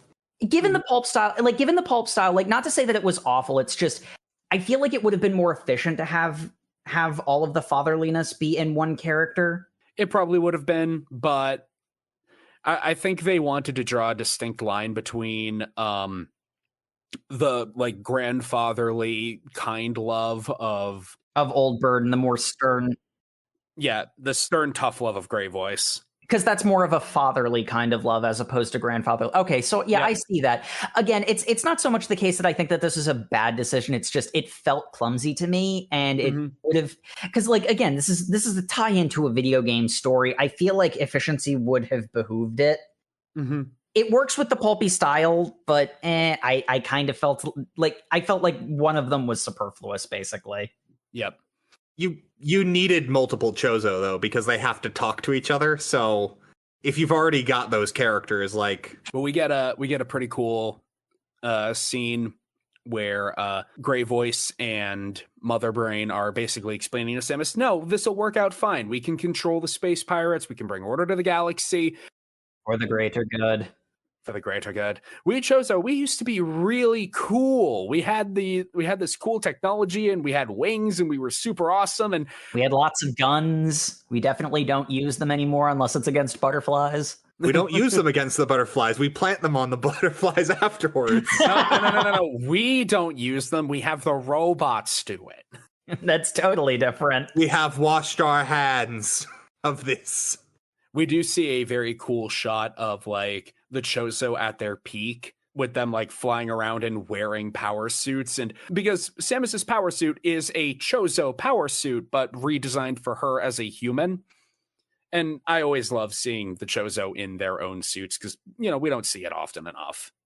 It is supposed to be theirs and designed for them. But yeah, there's a whole lot of Samus being like, all of that sounds like complete bullshit. You know, the pirates are insanely violent. You're not going to be able to control them, right? And Ridley's like, did someone say insane violence? Those are my two favorite words because they define everything that I am. Yeah. Also, right before that, we get Mother Brain dropping the bombshell of just like, Samus, you thought they cared about you? No, they were just engineering the perfect bioweapon, which was you. And she's like, what? And then Ridley attacks, and she's like, what? I am not a weapon. As she shoots Ridley. She shoots Mother Brain, that's right. Yeah, she shoots at Mother Brain. Well, because she rejects the idea that the Chozo were raising her as a weapon. She's like, Old Bird never looked at me like I was a gun he was making. He wasn't proud of me because I could kill or I was efficient in my training. He was proud of me because I was growing. I think the thing that's kind of important in this moment, though, is that Samus is saying that, but a lot less eloquently, while she's shooting at Mother Brain. Yes. Like, Samus is in a bad place right now because her second homeworld is already a smoking cinder pile, and all those who she considered the most trustworthy to her it was a plan all alonging her, one after the other. Yeah, and we get to the end of Volume 1, so we need a big stinger to end on. Ridley crashes into the room and goes, Mother Brain, you're kidding. You want to recruit this weakling? Dun dun dun. Oh, yeah. Ridley looking real menacing in the shadows. This upcoming section, it's honestly kind of hard to read. It is... It's kind of harrowing. It's very harrowing because... You know, this is the first time Samus has seen Ridley since that terrible day on K2L, and she doesn't react well. She can't handle it. Mm-hmm. She's never metaphorically confronted it. Now she's suddenly physically confronting it, and she just can't handle it. She's like gasping for breath. She's saying she can't breathe, and Greybird's like, "Oh yes, I think this is that human weakness called PTSD. How unsightly." And also Ridley just digging the nail in more and more, just like, what? You thought that ship destroyed me, Samus? You thought you were the only survivor? I had to regenerate my cells with flesh, maybe even the flesh of your parents. Are mommy and daddy in here somewhere? And I'm like, oh my god. Are they here? Or maybe here? Like... Yeah, as he's pointing to places on his own body, and he looks so freaking creepy in that panel. He's so smugly happy about this. Like, your parents' cells were sacrificed for my own. Pay your respects! I'm your father now. No. He like grabs her by the head and is thrashing her around. Mother Brain, you really wanted to use this defective, weak thing? What kind of joke? Meanwhile, Grey Voice is just like, enough. You don't have to thrash her around. I'm your boss, remember? Why do you think you're my boss? You know, Grey Voice, I'm beginning to think that you might not have the guts to be a space pirate. Show me. Dispose of this one. As he's like holding up Samus by her hair. I'll grant you some respect if you get your hands dirty. And then we get a comedy break with the sidekicks. Which, you know, honestly, probably a good idea because this was a lot. Basically, the side characters used Pianchi to climb through some vents where they found the lab that Samus was injected with Chozo DNA, and there's just space pirates out the door lined up to get Chozoified. Yep, because they also need the injection to survive in this planet long term. And that is where the surviving Chozo are they being held prisoner because they are the only ones capable of keeping the machines running. Sharp-eyed Metroid fans will note that the space pirates have looked familiar, but not quite the way they look in the game, or like in Zero Mission or any future Metroid games. And now, after going through the the Chozo DNA hybridizer, they do look a lot more similar, and this is how we get the Zibizian space pirates. Those are words. Indeed, those are words. It's a sci-fi series. That's what happens, Jake. Yeah. Anyway, the big point about this is the sidekicks notice one of the Chozo is Platinum Crest, to which Malk goes, "Hey, that's the guy who said my species should be in the Federation." And not Link, who I refuse to learn the name of, goes, "Well, you'll never get a chance to rescue your savior again." And then we cut mid-action scene to go back to Samus's PTSD, and I'm like, that was that scene, nothing happened other than exposition and a break from the, like, horrible emotional trauma she's going through. Yep. I'd like to be a contrarian and say not Link is not all that bad, but, like, you're not wrong. It's just here. He's just kind of there, and that's the nicest thing you can say about him. He has way too much screen time for a character that's not in anything. I don't hate crates. I did have to look for that, but I'm not thrilled by him either. There's a reason I only remember Malk's name. he gets actual characterization. Yeah, he actually has a personality. Mm-hmm. But I mean, he does need someone to talk to, which is why we're stuck with not Link. Yep. You just said his name and I already forgot it. Yeah. But Samus is brought in as a prisoner into the prisoner room, and the guys are like, "Oh no, isn't that Samus? What happened to her? Man, she's really adding to the prisoner count, huh?" Yeah, they're assuming that she's already done whatever she was going to go do and is on her way out by this point when she gets tossed in the room like a rag doll.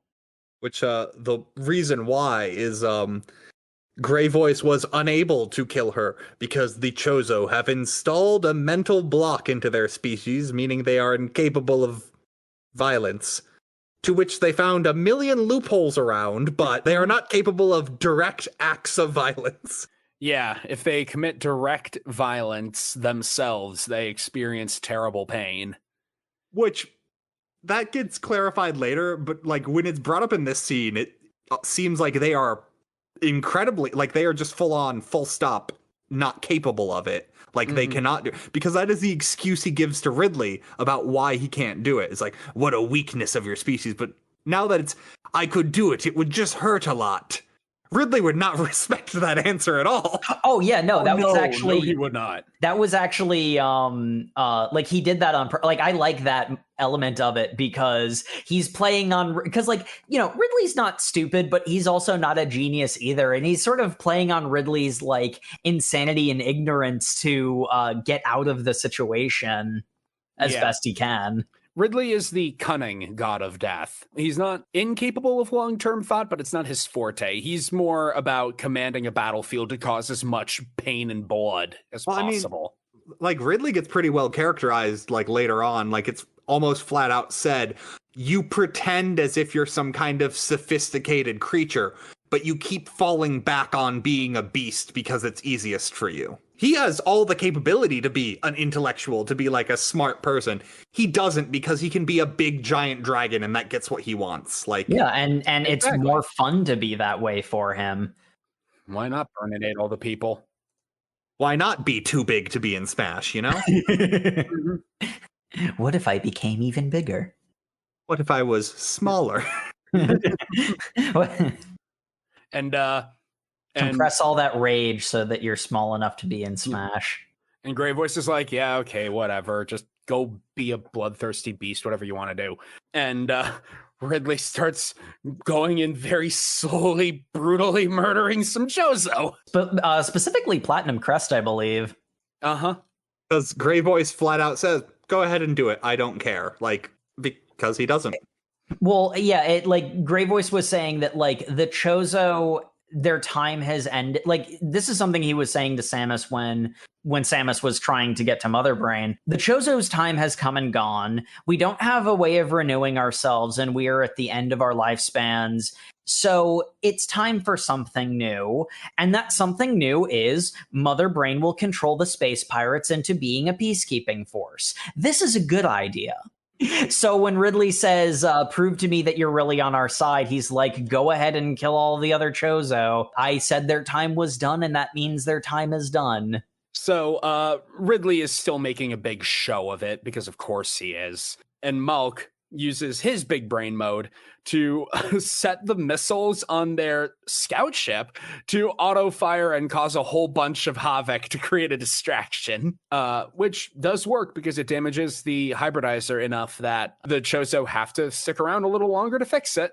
Well, this is actually a kind of clever plan because the space pirates know that the Federation is on the way, and the way he sets the missiles on the scout ship, because like they even establish it's a scout ship, it's not going to do a lot of damage, but he sets the missiles to target any signatures that's the same as the Chozo fire, which is going to be all of the infrastructure across the space pirates planet.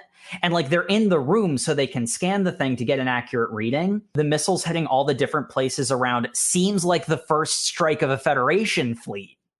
So it makes it seem like there's a lot more Federation there than there actually is, which is enough to get the space pirates to disperse and defend against the fleet attack that's not happening. And Grey Voice is like, it was probably Samus just setting off some bombs because she's, she was trained by us. She's smart enough to have created an escape strategy for herself. If you look through Mother Brain's data, you would know she is a lone operative willing to do whatever is necessary, and a brilliant strategist, far beyond your abilities. Ridley's like, you don't have to be a bitch about it, man. I want to hear you chirp. Oh man, yeah. He literally says that. It's funny. But with the space pirates dispersed, the rest of the crew drop in like, all right, Samus, we're here to save you. And she's having a really bad PTSD attack. Yeah. She's catatonic at this point. Yeah. She's catatonic. And then after that, the second Ridley is gone, she's freaking out. She is back on K2L in the flames and the chaos and the death, and is just screaming, it's no use running, just kill me, get it over with quickly. Death would be preferable to what I have seen them do to people. Like the Chozo, and like her friends don't know what's going on because of course Samus never talked about this with them. It's an incredibly painful memory she's been repressing. And yeah, I mean, forget about that. This scene actually goes into exactly what the issue is. Samus never really thought about what happened. She basically pretended it never happened. Like, the Chozo have been repeatedly characterized as not being the same as people, not thinking the same way that people do. And the really beautiful moment is that they kind of recognize that they kind of raised her wrong and accept and recognize that she needs to come to terms with what happened to her. She just starts bawling. You can tell that this is a trauma reaction because Samus is imagining things that didn't happen, like Ridley very theatrically killing her parents directly in front of her when she didn't even see Rodney die. But yeah, it's a terrible image. But the Chozo, we are so sorry, Samus, our dear child. And they tell her it's okay to let it out. You must be so tired. My gosh, this scene, I loved this. Space Dragon hasn't eaten my parents or anything, but I've experienced death in my life. And the sort of interesting thing is the way that I interact with loss in my life. It's like something bad happens, it doesn't feel real. And then I just have to cry it out. And like, I'll take a day and I will just be inconsolable for a day. Yep. And then after that, me, Mr. Logical, I'm able to like think about, okay, what do I have to do next? And entirely because Samus, the way that the story says Samus handles grief is the same way I did. It felt so real to me because like Samus just needed to let that out. She needed to just be emotional for a while to accept it, and then she had that and she could just move forward and then, okay, now to the mission. Which is what the Chozo kept trying to make her do, but she couldn't because she kept holding all of this pain in. Yep, she never had that catharsis. And Jacob, I don't think I've ever told this to you, but I'm really impressed how strong you were just getting through that thing where the enclosure broke through and all those dinosaurs escaped.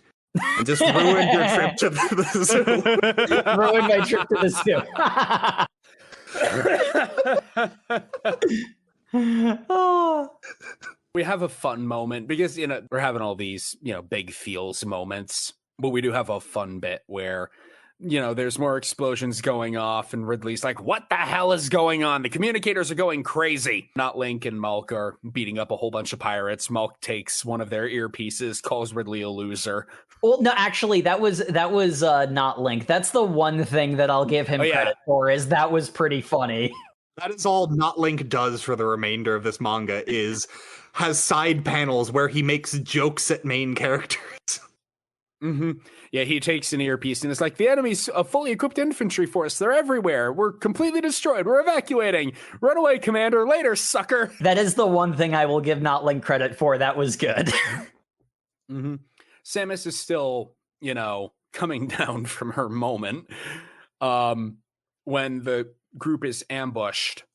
But the warrior reawakens and fights off the ambush in a moment that I absolutely freaking loved because, yes, the lady is back. This is ultimately the part where the recognizable video game version of Samus has arrived, because one of the things that, I mentioned that Nintendo silent protagonists tend to have a lot of personality, and one of the things that does a lot to establish Samus as having a personality is that empathy is one of her defining character traits. Mm-hmm. And she was able to get out the pain that she was holding in, and now what's left to do is the mission. And so when the enemy attacks, power suit is immediately on and she's off to the races. The pulpy style has her continuing to talk a lot, which is, again, it's the case where it's like, once you recognize that it's doing a pulpy style, the fact that she chews the scenery as much as she does doesn't, is less distracting. It's not a problem. It's a stylistic choice. It's a stylistic choice that I wouldn't have done it, but it certainly doesn't like ruin it or make it bad or anything. It's just, you have to remember the style it's going for. Yeah, and so Samus finishes off the pirates, and the squad's like, Samus, are you all right? Are you, back? Are you with us? She's like, all right, we got to get moving. The clouds are coming in. Zebus's acid rain will dissolve the two of you if we don't get moving. All right, we have to move. And they're like, are you sure you're all right? Yeah, no, I'm back. Sorry about that. Both Not Link and Malk are like, wait, what? What do you mean what? You said sorry. You don't do honorable things like that. What the hell's that supposed to mean? Meanwhile, sitting on a pillar in the sky is Grey Voice going like, Rod, Virginia, do you see your child now? I am glad I could watch her grow, for now we have fallen. And I'm like, oh my God, he is. He is chewing that scenery. It is thick. In all fairness, he is monologuing to himself before donning the ancient Chozo battle armor to go try and kill Mother Brain in self-sacrificial, he's going on a suicide mission. He's going to die, yeah, so him being a little bit hammy at the end is kind of acceptable. It's earned. We get to see full-on Chozo battle armor, Well, we get to see, because it's we saw glimpses of it in a flashback, but we get to see it actually properly in use, which is pretty cool. Yeah, Grey Voice is like, all right, time to whip out the old tools. This is gonna really hurt, but Mother Brain, you are defective. Don't take that quote out of context. Grey Voice goes a little John Wayne. As the Federation folk are fleeing, he is battering down at Mother Brain's tank, but she's like, you dumbass, you made this Zebeziite shell to be impenetrable, even by your own weapons. This isn't going to work. Or Zebetite, that's what it's called. Unobtainium. It doesn't really matter. Mother Brain is saying defenses are impervious, purpose built to beat any weapon that I've ever made. Well, this one's older than you. Okay. It doesn't get through her shell, so It doesn't work either. it's a cool scene. And then we cut to the acid rain has hit, and the Federation people are hiding, and the space pirate ship is moving because the Federation must be here. Yep, the Federation army is arriving. Those 48 hours are up. Because it was made pretty clear that because of the time it takes for the Federation to get somewhere, what the Federation's plan is when we get to the planet is already going to be sacked. We will just destroy anything that's left and try to mitigate the damage that the space pirates do. Which is a big part of the reason why Samus and Adam had their little standoff. Yeah, and then we get the final bit of Gray Voice fighting Mother Brain, where he decides to give a spiral energy speech for some reason. I'm not gonna lie, it's up my alley, so of course I freaking love it. It's just the fact that this speech is almost identical to the spiral energy speech is kind of weird. You and your cold logic were not able to comprehend. She is a being that creates new possibilities. You are jealous of life, of Samus. Me, jealous, impossible. Actually, I kind of get the impression that like Gray Voice implanted that idea in her head through this conversation. Because at first she seems genuinely confused by the idea that she would be jealous of Samus, and then she just gets angrier and angrier. I feel like that's her awakening to the realization. I think Gray Voice like made her jealous of Samus. It's like, oh yeah, I bet you don't like you don't like Kevin from Math.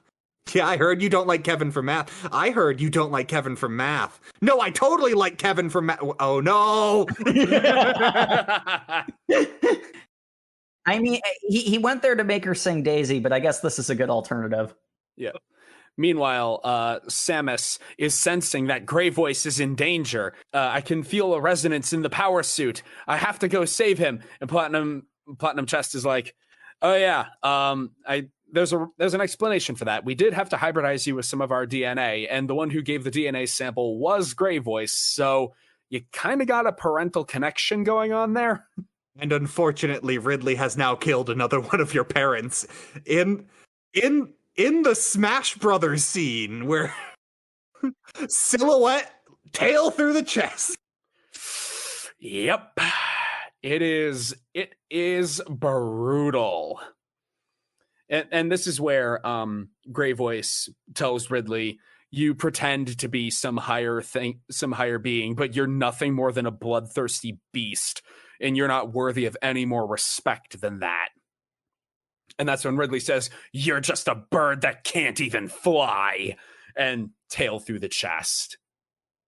And then props to Gray Voice, because man, does he do a lot of walking for someone who had a tail the size of his chest. Go through his chest. Man crosses half the planet to get to a Chozo statue. He gets back up to the surface, manages to use his gun to shoot down a space pirate ship that's chasing after the fleeing Federation, and then gets plasma breath annihilated by Ridley. Ugh, it's another really brutal moment. Bird magic. That's how he survived that long. Mm-hmm. Makes sense. You don't need internal organs when you have bird magic. Yep. That's okay, because the goddamn army is here on the scene with Captain Adam Malkovich. General Adam Malkovich. That's right. And also, I love how canonically, when not Link is talking to him, we have a quote from Adam himself, or I will take my fucking fleet and get the fuck out of here. Because not Link is like, man, you idiots couldn't have gotten here sooner. What are you doing? Get your fleet and get the fuck over here. He, not realizing that communications are open. which I'm sure is very in character for him, I guess. Yeah. It's like, oh, you heard that, General Malkovich. Sorry. Oh, and now Samus needs to avenge one of her parents. Again.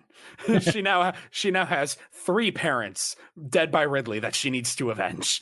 We time skip to a few years later, where Malk is a commander and has a beard now. He looks really cool. Where Malk continues to have a personality and not Link is conspicuously missing because, it's not Link. He really just isn't here. General Malkovich talking to the now chairman Keaton, so there's more politics going on that I kind of glossed over, to be honest. Yeah. I think it's notable that Keaton is different from the Hawk earlier. Mm-hmm. Yeah. Well, yeah, the guy who spoke up against the Warhawk is now the one in charge, which is why I'm like, we've made the comments about how the Chozo are literally nonviolent, but not actually nonviolent.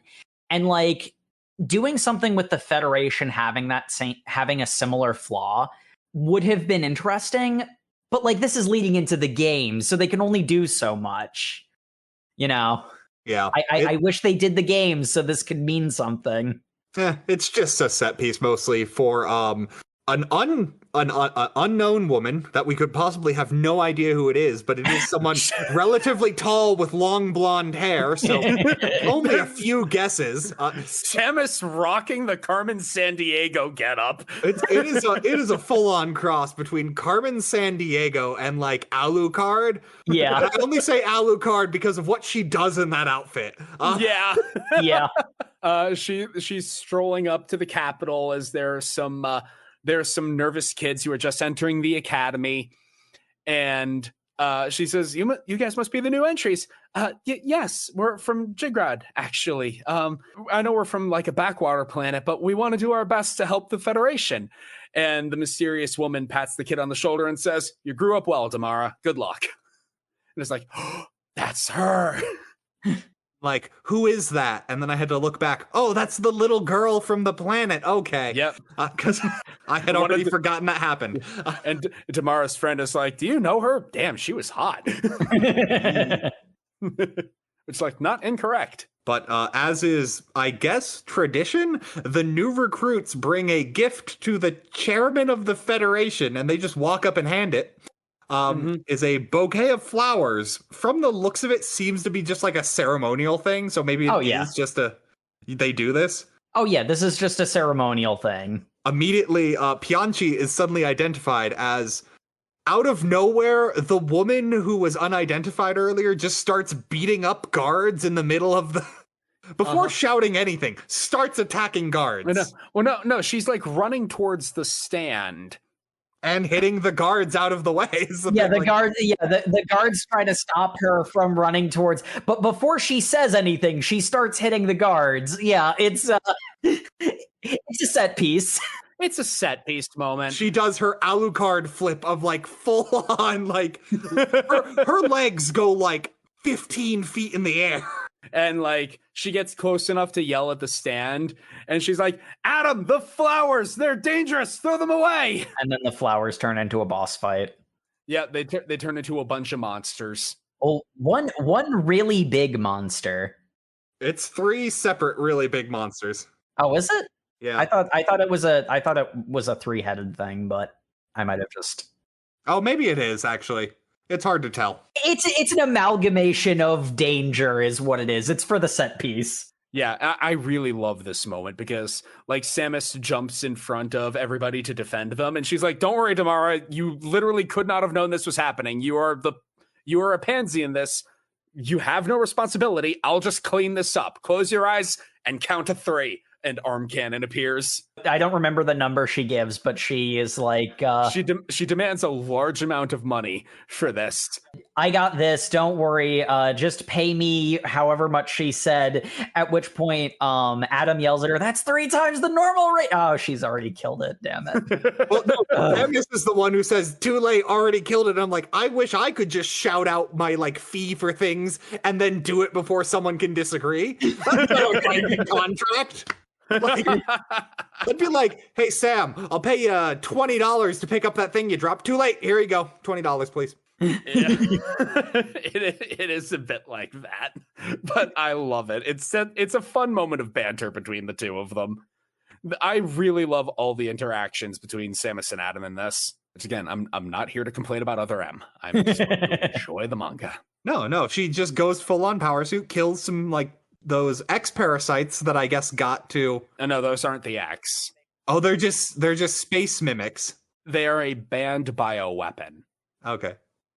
Mm. That can also do the same thing X-parasites could do. They're a variation on the like standard space pirate species. They just can mimic themselves. Okay. Well, they got smaller. It was a like a small thing hiding inside the bouquet of flowers, and it got big. Okay. Anyway, she's hunting down Ripley now. Ridley. She's hunting down Ripley from Alien. She's hunting down her own inspiration. No, Samus is the Ripley XP. Anyway, her greatest enemy was herself all along. No, it's Malk who's hunting down Ridley, who has the Metroids. And he's like, "Yes, foolish Federation coming to fight me. I will have the Metroids feast on your brains." It's a very cartoon villain.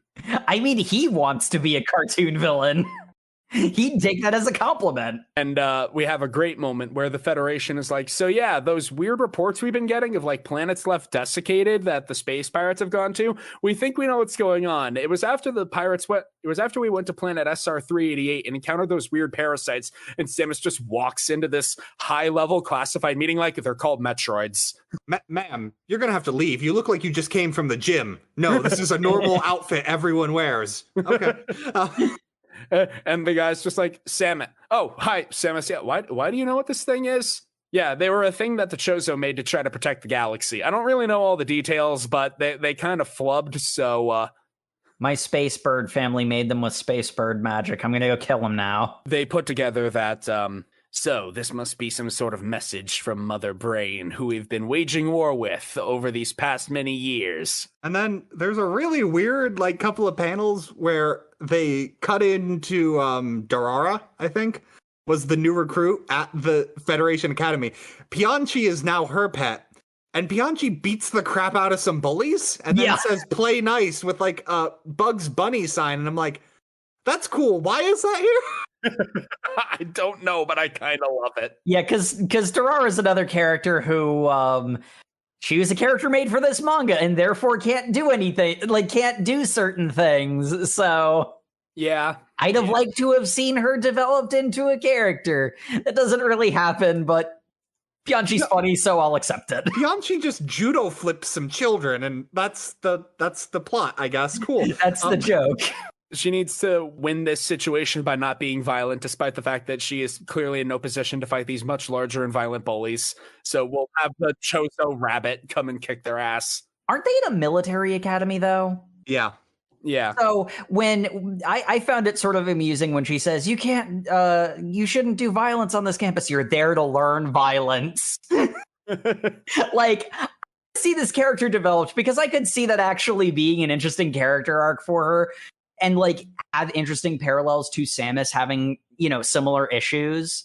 So her inspiration, like she and her inspiration both have like, similar trajectories. But like we're at the end of it because we're getting on to right about when the game happens. So yep, we're getting right up to the Zero mission. General Adam Malkovich is installing the safety protocols into Samus's armor so he can selectively turn off what abilities she's allowed to use. We're not talking about Other M! He does give her the missiles, right? I think. Yeah, he gives her missiles and bombs. Yep. And actually almost because like I don't know when this was made in relation to Other M and about 10 years before. Okay, because like there someone did a YouTube video. That was a Lexicon Lookout with the Other M that never was. Good video, check it out. Who actually did a fun dive into, because since Adam is such an important character in both this and that, we might as well mention it. There were some translation issues with Other M. Was it a game even without the translation issues? Probably not. But the sort of fun thing that almost seems like a send up of something that actually ended up happening, a bunch of years later was he mentions that he can turn them off at any time, and Samus is like, "We'll turn them on then. Yeah, you have permission to use them." And then she just leaves, which is really funny. Yeah, Adam and Samus have a little heart to heart. Samus is like, "No, I am a warrior," and Adam's like, Well, I mean, you're not a warrior literally all the time. Remember to be human. You're doing that thing where you're swinging too far the other way to oppose the... Okay. Then they have some flirty dialogue, and then she leaves. Yeah. Yep. Ooh, do you normally say you care about someone when they go off on a suicide mission? Mhm. Don't worry, I'll come back. I'm the best. You're giving me these weapons. Is this a farewell present? Ooh. Then the last two chapters are The lead up to Zero Mission, right? Yeah. It's actually quite a lot of Zero Mission. Oh, it's up to the final boss, isn't it? Because Samus goes down to Zebes, she touches down, she banters with Mother Brain, and then she does a whole ass boss rush. Yeah, she fights a boss rush is the end of this. Oh, my favorite part is when they introduce Kraid. He's just introduced as Ridley's companion, and then is killed in the next page, and I'm like, that's about what Kraid deserved. That's about all Kraid gets in the games. He's Ridley's roommate. That they are lifelong friends and nothing more. I'm sure. Yeah, she fights the Charge Beam Guardian Worm thingy and the Imago Fly at the same time. And then Kraid shows up and she fights Kraid a little bit, and she's bantering with Mother Brain, and it's some cool action. This is where I think the paneling is at its weakest, because it's a montage. Yeah. This very much is the and then the game happened moment. It conveys what it needs to. It's not as linearly coherent as the rest of it is, because this is a montage of the things that happen in the chronologically first game. And so all that happens. Samus defeats this boss rush, but she's pretty badly hurt, and she has a vision of Grey Voice because bird magic. Bird Ghost. Yep, Bird Ghost leads Samus to the Varia suit, which it's not the fully powered suits. I'm not going to explain the lore. We're deep into this episode. I'm not going to explain why the Varia suit doesn't give her the shoulders yet. Thank you. But she gets the Varia suit. Grey Voice leaves her with some parting wisdom before fading away to the afterlife, I guess. Or something. Fading away to wherever magic bird ghosts go. Meanwhile, the manga then makes the mistake of thinking we care about the Federation characters a lot more than... Yeah, there's a coda for them at the end, and I mean... Malk definitely is a thing, and then also, not Link, gets like a weird trench coat, but he looks like he's a businessman, not an army soldier, and is just whipping people as if it's nonchalant, and I'm like, why? I'm on board with catching up with Malk. Malk is defending his home planet, and Kreetz shows up. And Malk's like, why are you here? Shouldn't you be defending your own home planet? Because this is apparently like a galaxy-wide assault by the space pirates. And he's like, yeah, no, I already took care of that, so I decided to come help you. Hey, where's Samus? Oh yeah, she went to Zebes all alone. Man, she's really leaving us out of the fun stuff, huh? It's almost like we're side characters in this manga. I didn't have to worry about my home planet. The Hero of Times got that settled. Yep. So all that happens. And then Damara shows up again to just be thinking about Samus to lead into Samus having a full-on outfit change, because we need the full glamour shot of Samus in the Varia suit. Well, it's not in the Varia suit. It's in her civvies, but she's got a mini skirt on instead of the shorts she normally has. Like, yeah. it's a fully different outfit that they had just for this scene, I guess. It's okay. She's talking to Grey Voice. Yep, she's talking to Grey Voice's ghost. He gives her the Varia suit. She fights Ridley. Yeah, he's like, I am dead. I can see everything clearly now. We Chozo have left our will for a universe of peace with you, our successor. Now go and kick his ass. Well, you are successor to our peaceful ideas. Now go murder that space dragon pterodactyl thing. Now go get on his ass, my child. And then the Ridley fight is literally just a bunch of cool poses of Samus in the Varia suit. Like, yeah, she's hitting him with all the beams. Play the game for the full experience. It's very like, he doesn't talk at all except for the end. He's just like, he is burning again. Like, well, you're gonna keep saying that. And Samus goes, "See you in hell," and blows him up with the super missile. And we'll never see him again. We do have a great moment of Samus giving this big cathartic scream after destroying Ridley. And I'm sure he'll never show up again except for Prime and Prime 3 and Samus Returns and Super and Smash Ultimate and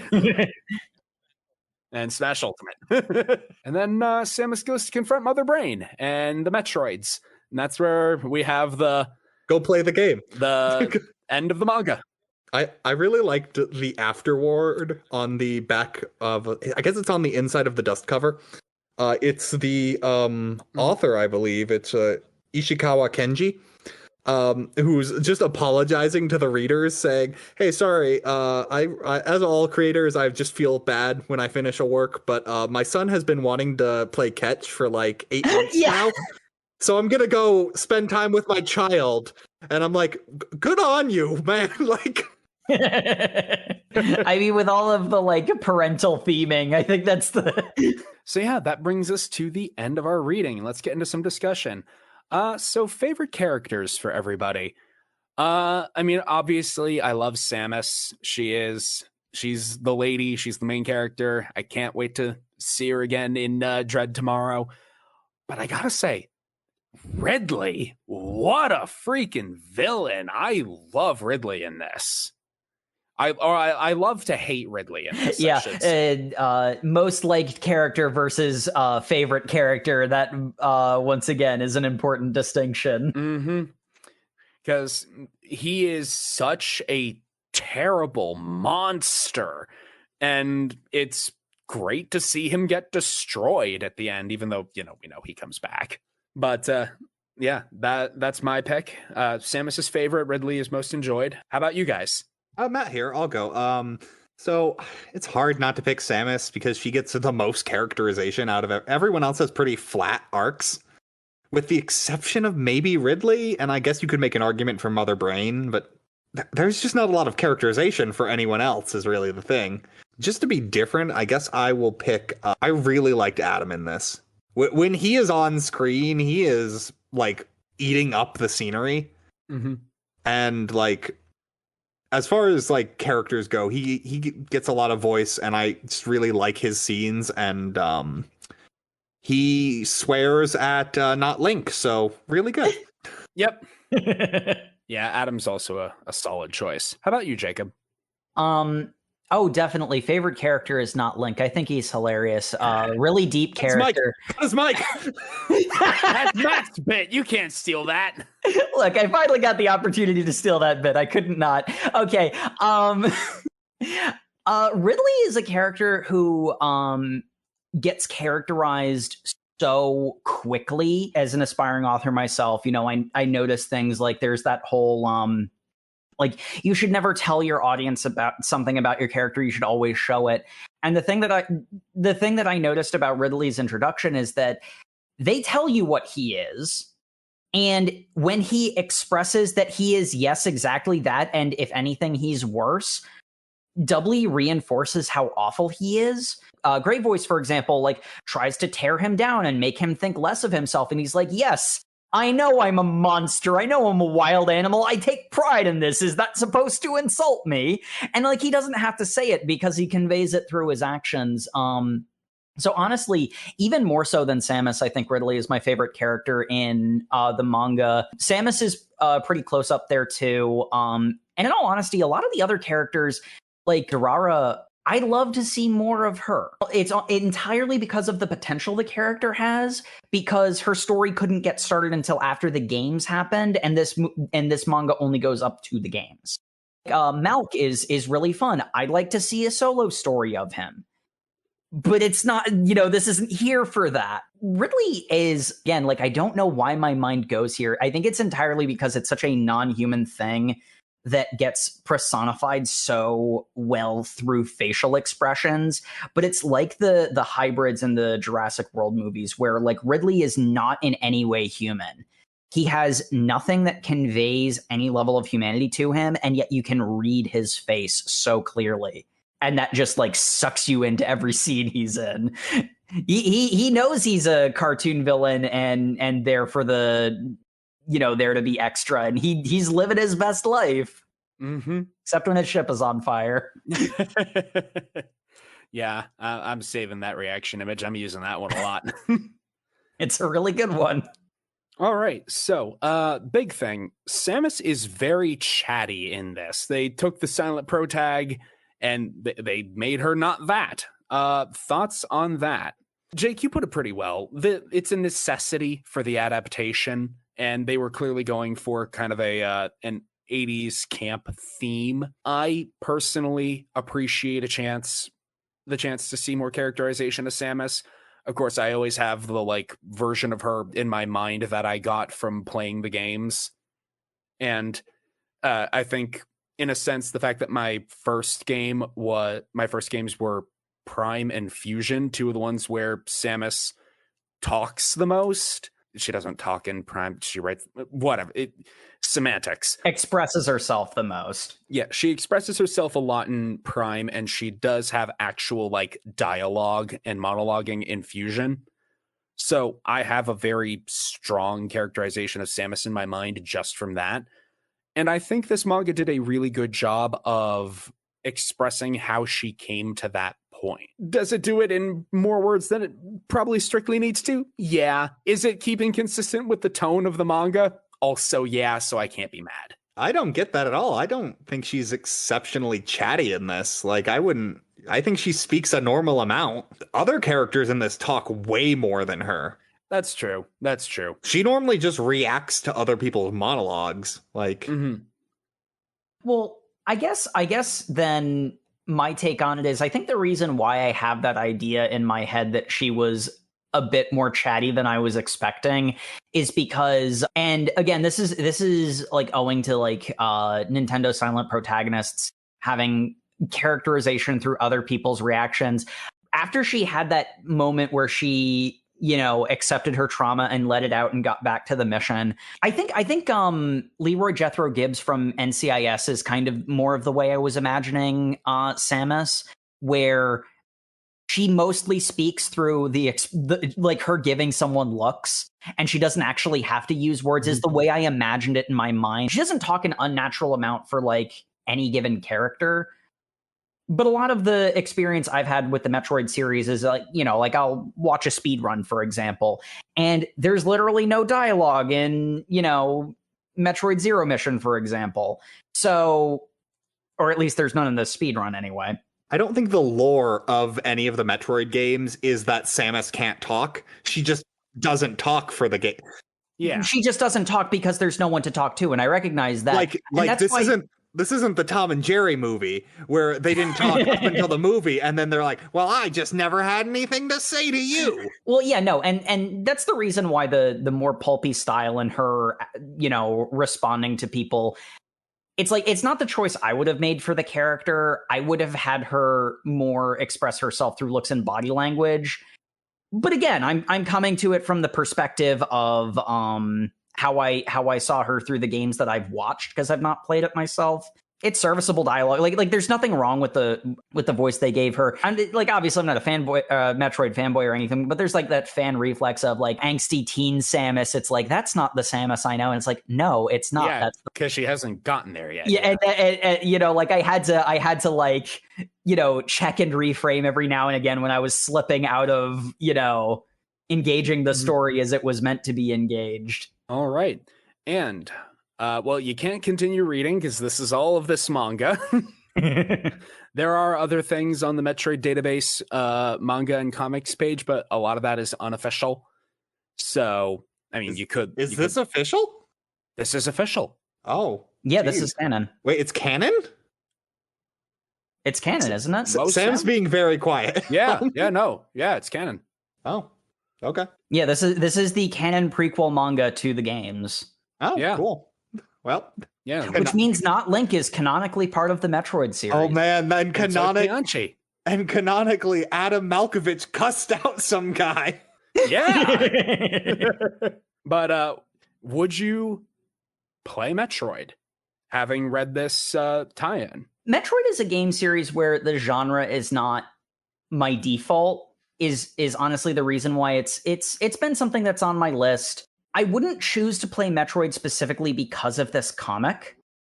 Though that said, I would, Metroid is something I want to get around to someday. And moreover, in all honesty, and I think this is a sign of the comics for all of the for all of the hiccups that we mentioned, a sign of the comics quality. I'd like to see this series continued and have it cover the games as well. This manga as a pitch for the video games, I don't know is necessarily probably not, but this manga as a standalone piece and also, getting into the Metroid franchise, yeah, I'd say yes. Like, if this manga is the only thing I knew about, would this be enough to convince me to play Metroid? Mm-hmm. Probably not. Like, as I said, a lot of it would hit points where it felt really clear to me as a reader, this wasn't written for someone who didn't know anything about Metroid. This was written for fans of Metroid to get a little background on the characters they like. Yeah. I would definitely read more of this if, we got maybe not coverage of the games, because I feel like in order for the game to be a good manga story, you'd have to editorialize it a lot to the point just do something original. The big thing about this doing the games is you would basically have to have some of the manga only characters shoehorned into the games, at which point it's kind of doing its own thing at that point. So I just think a manga of a Metroidvania where most of it is about exploration by yourself. I don't think that's really interesting, because you'd either have to have the character narrating to themselves, and then that would be definitely chatty Samus, even though it's an internal monologue. But the alternative is nothing. The appeal of that type of game is that you're doing it yourself. So yeah, it very much is the case where they would have to put other speaking characters into the story, and so yeah, it doing its own thing instead of one of the games maybe is the better idea. I would read the hell out of a Samus being a bounty hunter on a populated world, going around going hey, you skipped bail. Have you seen this man? Yeah, I would read the heck out of that. And I don't think there needs to be a question of would I continue playing? What time is it right now? Yeah, as soon as midnight hits tonight, I'm going to GameStop, and you're not going to hear from me for 72 hours. Don't worry, audience. I will post on the Twitter, at OverMangaCast on Twitter, if Sam dies from not eating or drinking while playing Metroid. I'll also post if he's alive at the end of 72 hours, just so you know. I am physically close enough, so I will do my best, but I make no promises, because the stuff we've been enduring with his anticipation for Dread, I don't know if I can pull him away long enough. We'll see. Like he might just have a heart attack upon the start screen loading. We don't know. We shall soon find out. It's been 19 years. Thank you for listening to the OverMangaCast. As always, you can follow us on Twitter at OverMangaCast. We're also at OverMangaCast on Facebook and Instagram. Subscribe to our YouTube channel, like and comment as well. It's a good way to reach us about the individual episodes. Comments on YouTube are great to we can answer any questions you have, any suggestions that you've got. Yeah. Also, if you have anything you want us to read, go ahead, send us a DM on Twitter. Really, any way to contact us will be pretty good. We've done that in the past. We'll do that in the future. And always, we really appreciate, leave a review on your podcatcher of choice. They're really helpful for us, and it's good to just have interaction. This manga might not have been particularly spooky in and of itself. It is our precursor into Dread. Hold on, Sam. What's that sound in the background? It's coming in softly. Is that skeletons? Is that the sound of Halloween approaching? I think it is, my friends, because it is October, the spookiest month of the year. And for this October, we've got, unfortunately, Metroid ate up one of our October slots, but the remaining 3 weeks in October, we are going to do a different horror series. Mm-hmm. So the first on that list, what series are we going to be reading first, Sam? Frankenfran, which we're going to be reading volumes 1 and 2. Get ready for some spooky zombie goodness. I don't actually know Frank and Fran, so I'm getting ready. It is a horror medical anthology. It's kind of Twilight Zone-y people going to a doctor who can cure anything and asking for them to fix their problems, and then realizing maybe their problems should have been fixed in a less severe way. Oh, excellent. Hubris, my favorite theme. This ought to be fun. Yep. I'm excited, and I know Jay is very excited to read Frank and Fran, and she will be back next week to do that. I do recall this series being brought up at some point. So this should be interesting. This was Jay's pick. She loves Frank and Fran. Yep. So volumes 1 and 2 for next week. We'll see you next Thursday if I survive Planet ZDR. Good night, everybody. Good night. See you next mission.